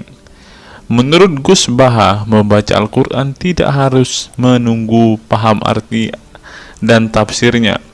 Sebab membaca Al-Quran dari huruf ke huruf sudah bernilai ibadah. meskipun seorang yang membacanya itu tidak paham arti dan maknanya. Terlebih ketika membaca dan kemudian menjadikan isi Al-Quran sebagai bimbingan hidup. Gus Baha mencoba melogikakan orang yang membaca Al-Quran tetapi tidak memahami maknanya. Ia menjelaskan ketika seseorang membaca Al-Quran dan tidak paham maknanya, maka seseorang itu hanya menyibukkan diri dengan kalamullah. Hal ini menurut Gus Baha sesuatu yang baik. Tetapi Ustadz yang tadi mengatakan kalau hanya bisa membaca tetapi tidak ngerti maknanya, mereka sama dengan keledai di Indonesia. Nah, sekarang umat muslim bingung nih harus ngikutin yang mana, mau jadi keledai atau hanya menjadi pembaca tetapi tidak tahu apa-apa nih. Lanjut teman-teman. Efek dari kesibukan dengan kalamullah itu pasti tidak melakukan maksiat. Tetapi kalau kita melihat ya, kalau ada satu contoh kasus yang terjadi di pesantren kemarin kan teman-teman, di artikel yang kita baca sebelumnya, bahwa kejadian atau hal yang bersangkut paut dengan maksiat ini terjadi di dalam pondok pesantren teman-teman. Bagaimana ini Gus Baha? Kalau Anda mengatakan bahwa ketika orang sibuk dengan membaca Al-Quran dengan kesibukan membaca kalamullah dan bisa terhindar dari melakukan hal-hal maksiat, tapi kok di pondok pesantren malah terjadi maksiat nih Gus Baha, bagaimana ini? Lanjut, saya beri contoh, meskipun membaca saja dan tidak paham artinya itu tetap baik. Ada orang yang semalaman itu duduk bersama keluarga, ngobrol ringan tentang masa lalu, cerita lucunya atau lucunya anaknya. Pada malam itu ditulis oleh malaikat bahwa keluarga ini tidak maksiat, tidak dugem, tidak narkoba, dan tidak ke tempat maksiat, jelasnya. Gus Baha mengatakan keberkahan dari seorang muslim atau muslimah menyibukkan diri bercengkrama bersama keluarga, asik guyon dengan teman dan tetangga adalah tidak melakukan maksiat dan tidak macam-macam, apalagi jika saat itu membaca Al-Quran. Hal ini sesuai dengan kajian ilmu usul fikih yang dipelajari Gus Baha dari Al-Makfurlah Kiai Haji Maimun Zubair. Ia menegaskan bahwa di antara kebaikan agama Islam adalah meninggalkan itu adalah pekerjaan yang tidak butuh modal. Gus Baha menjelaskan, apabila seseorang ingin mendapat pahala sholat, maka harus sholat. Kalau ingin mendapat pahala haji, maka harus haji. Namun ada kebaikan yang tidak perlu modal, yaitu meninggalkan kemungkaran. Caranya cukup meninggalkan hal-hal yang dilarang Allah. Cara meninggalkan kemungkaran bisa dengan bercengkrama dengan keluarga, baca Al-Quran, bercanda dengan teman, dan hal positif lainnya. Sehingga kalau ada orang yang tanya, kenapa baca Al-Quran meskipun tidak paham itu dapat pahala? Satu, karena itu kalamullah. Kedua, sebagai kebaikan itu adalah meninggalkan kemaksiatan. Meninggalkan itu bisa dilakukan dengan hal-hal mudah. Ini pentingnya ngaji. Saya ngaji usul fikih dengan Kiai Haji Maimun, abahnya Gus Yasin, katanya. Gus Baha mengaku sejak kecil ia sudah terbiasa membaca dan mempelajari Al-Quran, bahkan hingga saat ini. Kebiasaan Gus Baha mempelajari Al-Quran yang berlangsung puluhan tahun ini membuatnya memiliki kecintaan yang mendalam dengan kitab suci yang diturunkan kepada Nabi Muhammad itu. Ia juga membaca banyak literatur klasik maupun modern untuk memahami Al-Quran. Kemudian melakukan diskusi dengan banyak pakar Al-Quran dari berbagai daerah dan negara tentang berbagai tema. Tetapi syukur-syukur bacanya Al-Quran itu paham. Artinya paham sesuai dengan kapasitas masing-masing. Saya mulai kecil hingga sekarang masih ngaji Al-Quran, masih belajar, juga masih terus mencari ilmu. Ucap pengasuh pondok pesantren Tahfidzul Quran LP3 IA Rembang, Jawa Tengah itu. Nah teman-teman, setelah mendengarkan apa yang dikatakan Ustadz Munzir Situmorang dan juga Gus Baha ini, taulah kita sekarang mengapa ketika ada debater-debater Islam yang berdebat dengan saudara-saudara apologet-apologet Kristen kita, mereka tidak paham sama sekali dengan Quran mereka, dengan hadis mereka, karena ya seperti ini teman-teman. Membaca Al-Quran, menghafal Al-Quran itu adalah sebuah ibadah bagi kepercayaan mereka teman-teman. Walaupun mereka tidak paham apa yang mereka baca, walaupun mereka tidak mengerti sama sekali apa yang mereka baca teman-teman, yang penting dibaca saja, itu adalah sebuah amal baik.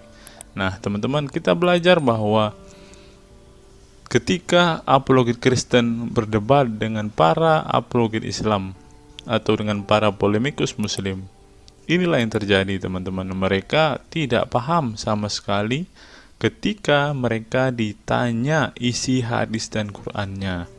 Karena pada intinya atau pada kenyataannya, seperti pengakuan dua ustadz ini tadi, bahwa memang benar umat muslim itu hanya senang membaca, hanya suka membaca, hanya suka mengimani, tetapi tidak paham sama sekali dengan apa yang mereka baca dan imani teman-teman. Sebagai contoh teman-teman, kita kalau melihat perdebatan antara Gurunda Zuma dengan apologet-apologet Kristen ya, ketika Zuma ditanyakan ayat-ayat Al-Quran atau hadis-hadisnya, Zuma pasti tidak pernah menjelaskan ayat dan hadis itu teman-teman. Alasannya ya kita tahu ya, sekarang ternyata memang Zuma pun ternyata hanya hafal, hanya suka membaca, tetapi tidak paham dan tidak mengerti sama sekali dengan apa yang mereka baca dan hafalkan teman-teman. Ya, jadi kita bisa ambil kesimpulan bahwa orang-orang model seperti ini sama seperti keledai di Indonesia, seperti yang diungkapkan oleh Ustadz Munzir Situmorang tadi teman-teman.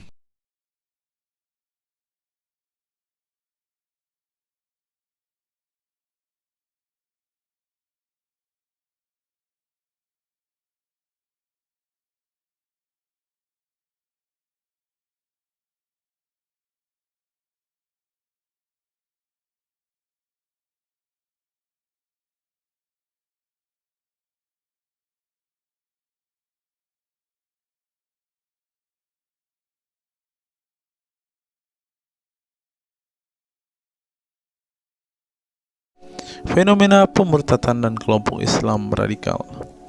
Sejumlah sarjana Islam mengemukakan hukuman seorang murtad adalah hak prerogatif Tuhan, bukan wewenang manusia. Masalah pemurtadan selalu menjadi isu penting dalam sejarah wacana keislaman. Dalam Islam, tindakan atau sikap seseorang muslim meninggalkan agama Islam, baik dengan perkataan maupun dengan perbuatan, disebut dengan ridah atau irtidad dalam bahasa Arab. Dan orang muslim yang melakukan tindakan ini disebut murtad. Nah, seperti yang dikatakan oleh Yakut tadi teman-teman, dengan mengatakan toa itu seperti gonggongan anjing, dia sudah murtad teman-teman. Itulah sebabnya saudara-saudara muslim menganjurkan dia untuk istighfar dan mengucapkan 2 kalimat syahadat kembali. Lanjut. Seorang dikatakan murtad belum tentu mereka pindah atau konversi ke agama baru. Bisa juga mereka kemudian memilih untuk tidak beragama, menjadi sekuler, ateis, agnostik, dan lain sebagainya. Masalah pemurtadan ini bukan hanya diskursus dan fenomena eksklusif dalam Islam saja, tetapi juga dalam agama-agama lain ya. Ada banyak pendapat di kalangan sarjana muslim tentang status ridah dan bagaimana seharusnya memperlakukan seorang murtad.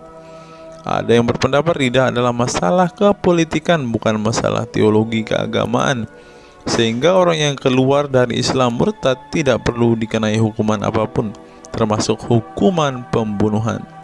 Karena itu akan bertentangan dengan doktrin Islam dan Al-Quran yang menggaransi kebebasan bagi seseorang untuk beriman dan beragama atau tidak beriman dan tidak beragama. Bagi mereka, sejarah hukuman pembunuhan bagi orang-orang yang keluar dari Islam lebih mengacu pada fenomena dan alasan sosial politik belaka. Dengan kata lain, kata murtad bagi mereka mengacu pada pengertian pembangkangan politik ketimbang pemberontakan teologis. Tak ada konsensus mengenainya. Tetapi ada pula yang berargumen bahwa masalah pemurtadan adalah masalah teologi keagamaan, sehingga orang yang mendeklarasikan diri keluar dari Islam harus dihukum bunuh seperti yang dipraktikkan oleh generasi Islam pasca wafatnya Nabi Muhammad. Menariknya, sejumlah sarjana Islam terkemuka, baik klasik maupun kontemporer, baik Sunni maupun Syiah, sebut saja seperti Muhammad bin Ahmad al-Saraki, Abu al-Walid al-Baji, Ibrahim al-Naqi, Ibnu al-Human, Buharuddin al-Mahinani hingga Ali Goma, Husin Ali Mutazir, Zafed Ahmad Gamidi, dan Torik Ramadan menyatakan tidak ada konsensus daripada ulama tentang hukuman bunuh bagi seorang murtad.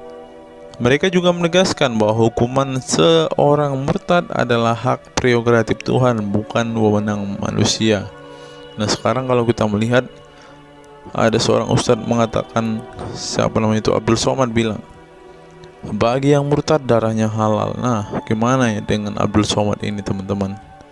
Dia sudah tidak menghidupi apa yang diajarkan oleh pendahulu-pendahulunya, teman-teman.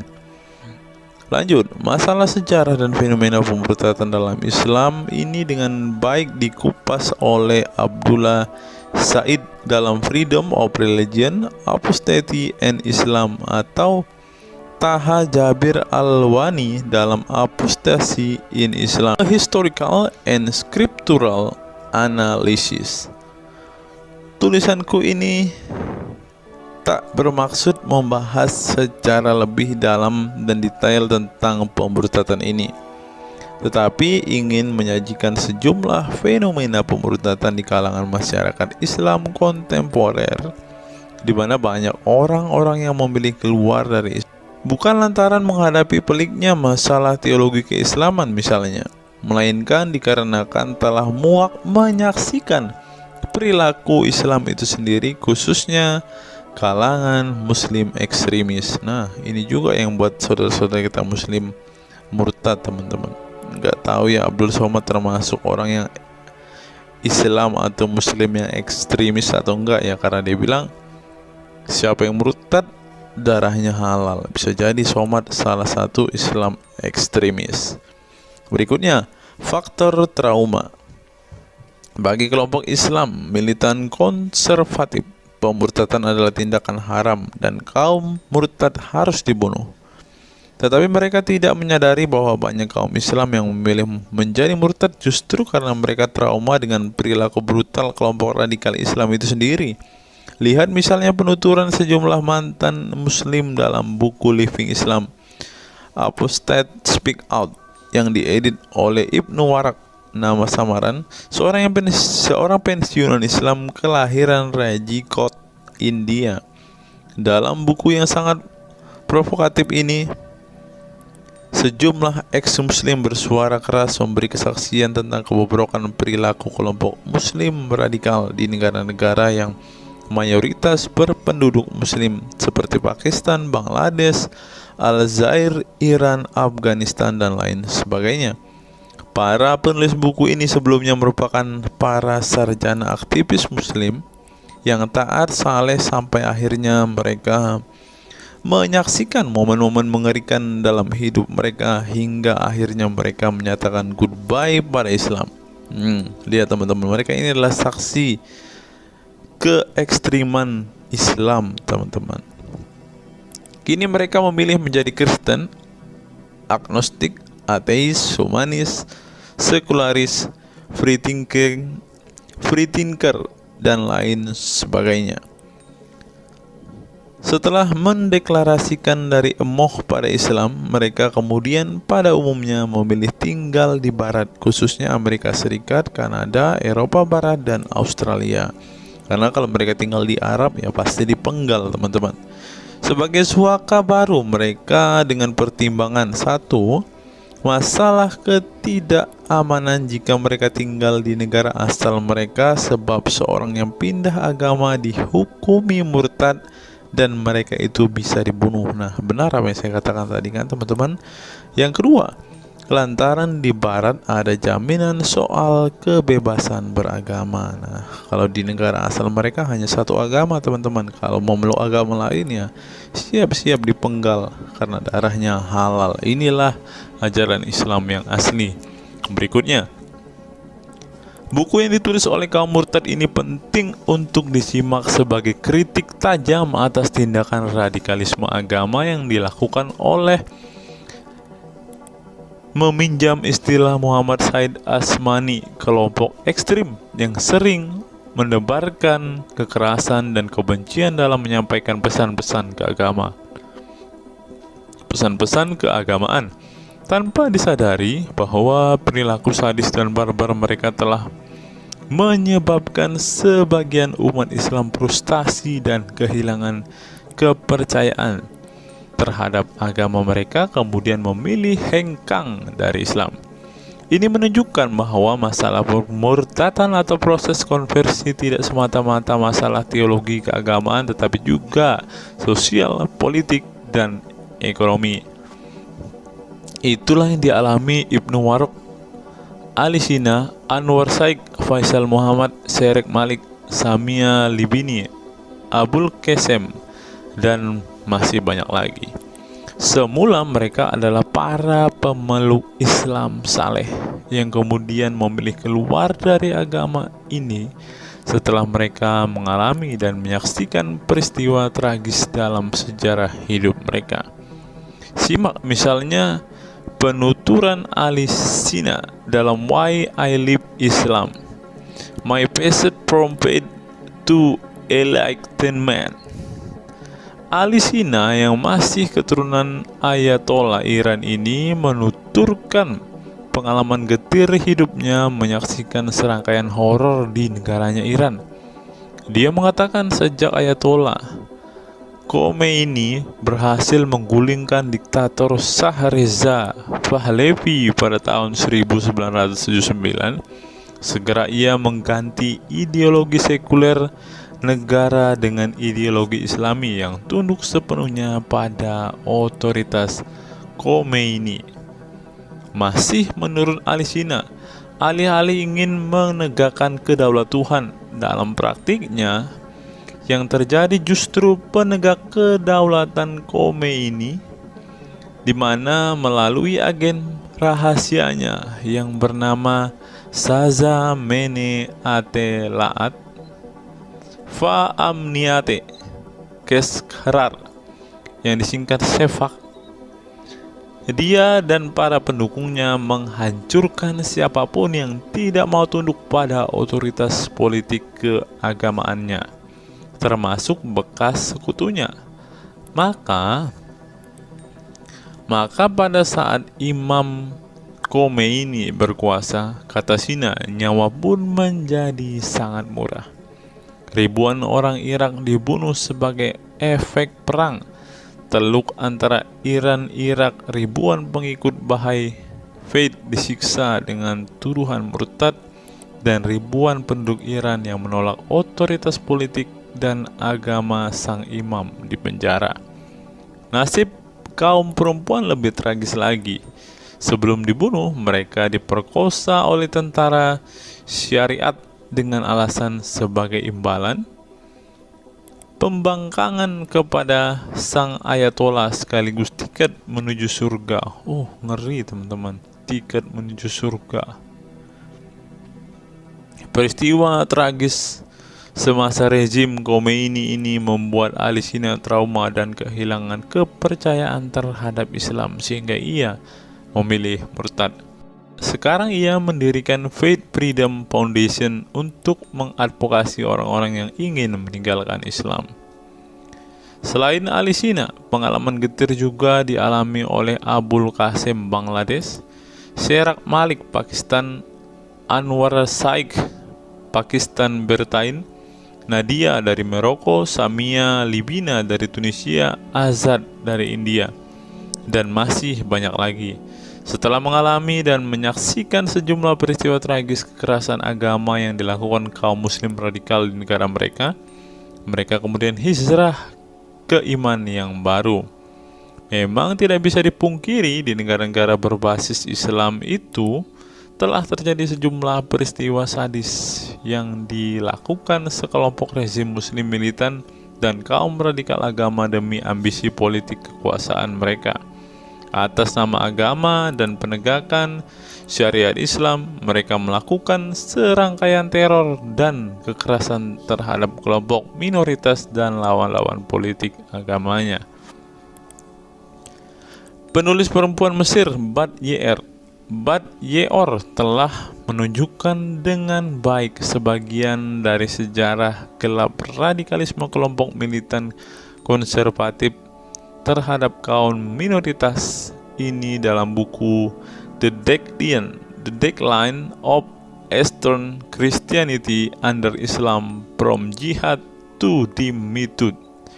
Dalam buku ini, dia berpendapat bahwa konsep dhimmi, khususnya Kristen dan Yahudi yang secara literal mengacu pada definisi protected people, orang-orang yang dilindungi, dalam realitasnya justru menjadi kelompok yang diperas, dieksploitasi karena di samping dipaksa membayar pajak pada pemerintah, mereka tidak pernah menikmati hak-hak sipil sebagai warga negara.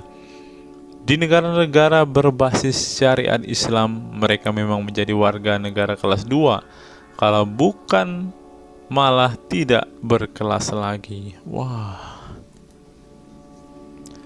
Tidak hanya non-muslim saja, kaum muslim yang kebetulan berseberangan dengan ideologi dan aliran keagamaan rezim penguasa, baik rezim Sunni maupun Syiah, juga mendapat perlakuan kejam dan diskriminatif. Sebagian dari kaum muslim yang dizolimi oleh rezim Islam ekstrem ini masih bertahan memeluk Islam. Tetapi sebagian lain lebih memilih kabur ke negeri lain dan emoh memeluk Islam lagi. Ilustrasi di atas merupakan peringatan keras sekaligus memberi pelajaran berharga bagi umat Islam. Dengarnya saudara-saudara Islam, khususnya kelompok muslim militan konservatif yang selama ini getol berdakwah dengan cara-cara kekerasan dan intoleran. Perilaku brutal dan aksi-aksi kekerasan yang mereka lakukan tidak hanya menyebabkan simpati publik terhadap kaum muslim merosot atau melorotnya tingkat kepercayaan publik terhadap Islam sebagai agama damai, toleran, pluralis, dan rahmatan lil alamin. Tetapi lebih dari itu, tindakan konyol kaum radikal agama ini telah menyebabkan pemurtadan sebagian umat Islam itu sendiri. Kedepan kaum muslim harus menebarkan Islam dengan cara-cara damai, santun, dan toleran, bukan dengan tindakan keras, kasar, dan intoleran yang justru merugikan Islam dan kaum muslim itu sendiri. Jika memang Islam itu agama rahmat bagi alam semesta, maka buktikan itu dengan tindakan nyata. Wallahu alam bishawab. Nah, itulah fakta-fakta yang bisa saya sampaikan pada kesempatan hari ini, teman-teman. Kiranya fakta-fakta ini dapat membuat kita semua sebagai umat Kristen semakin bersemangat berdoa, terlebih memberitakan Injil kepada saudara-saudara muslim kita yang benar-benar rindu, yang benar-benar ingin dan haus mendengarkan kabar baik, teman-teman. Karena Alkitab memang mengatakan ada orang-orang yang hatinya sudah tertutup untuk Injil dan mereka tidak akan pernah mendengarkan kabar baik itu. Bagi saudara-saudara muslimku, segeralah murtad, karena sesuai dengan apa yang kita bacakan hari ini, banyak sekali fakta-fakta yang di luar nalar yang bisa menjadi alasan kalian untuk meninggalkan agama Islam. Apa pendapat teman-teman setelah menyimak video ini? Silahkan tuliskan komentar waras teman-teman di kolom komentar video ini, agar banyak orang semakin waras dan semakin sadar bahwa hanya Yesuslah satu-satunya Tuhan dan Juru Selamat. Hanya Yesuslah satu-satunya yang menyediakan surga bagi setiap orang yang percaya kepadanya. Salam waras, salam sadar. Sampai bertemu di video-video kita berikutnya. God be with you all.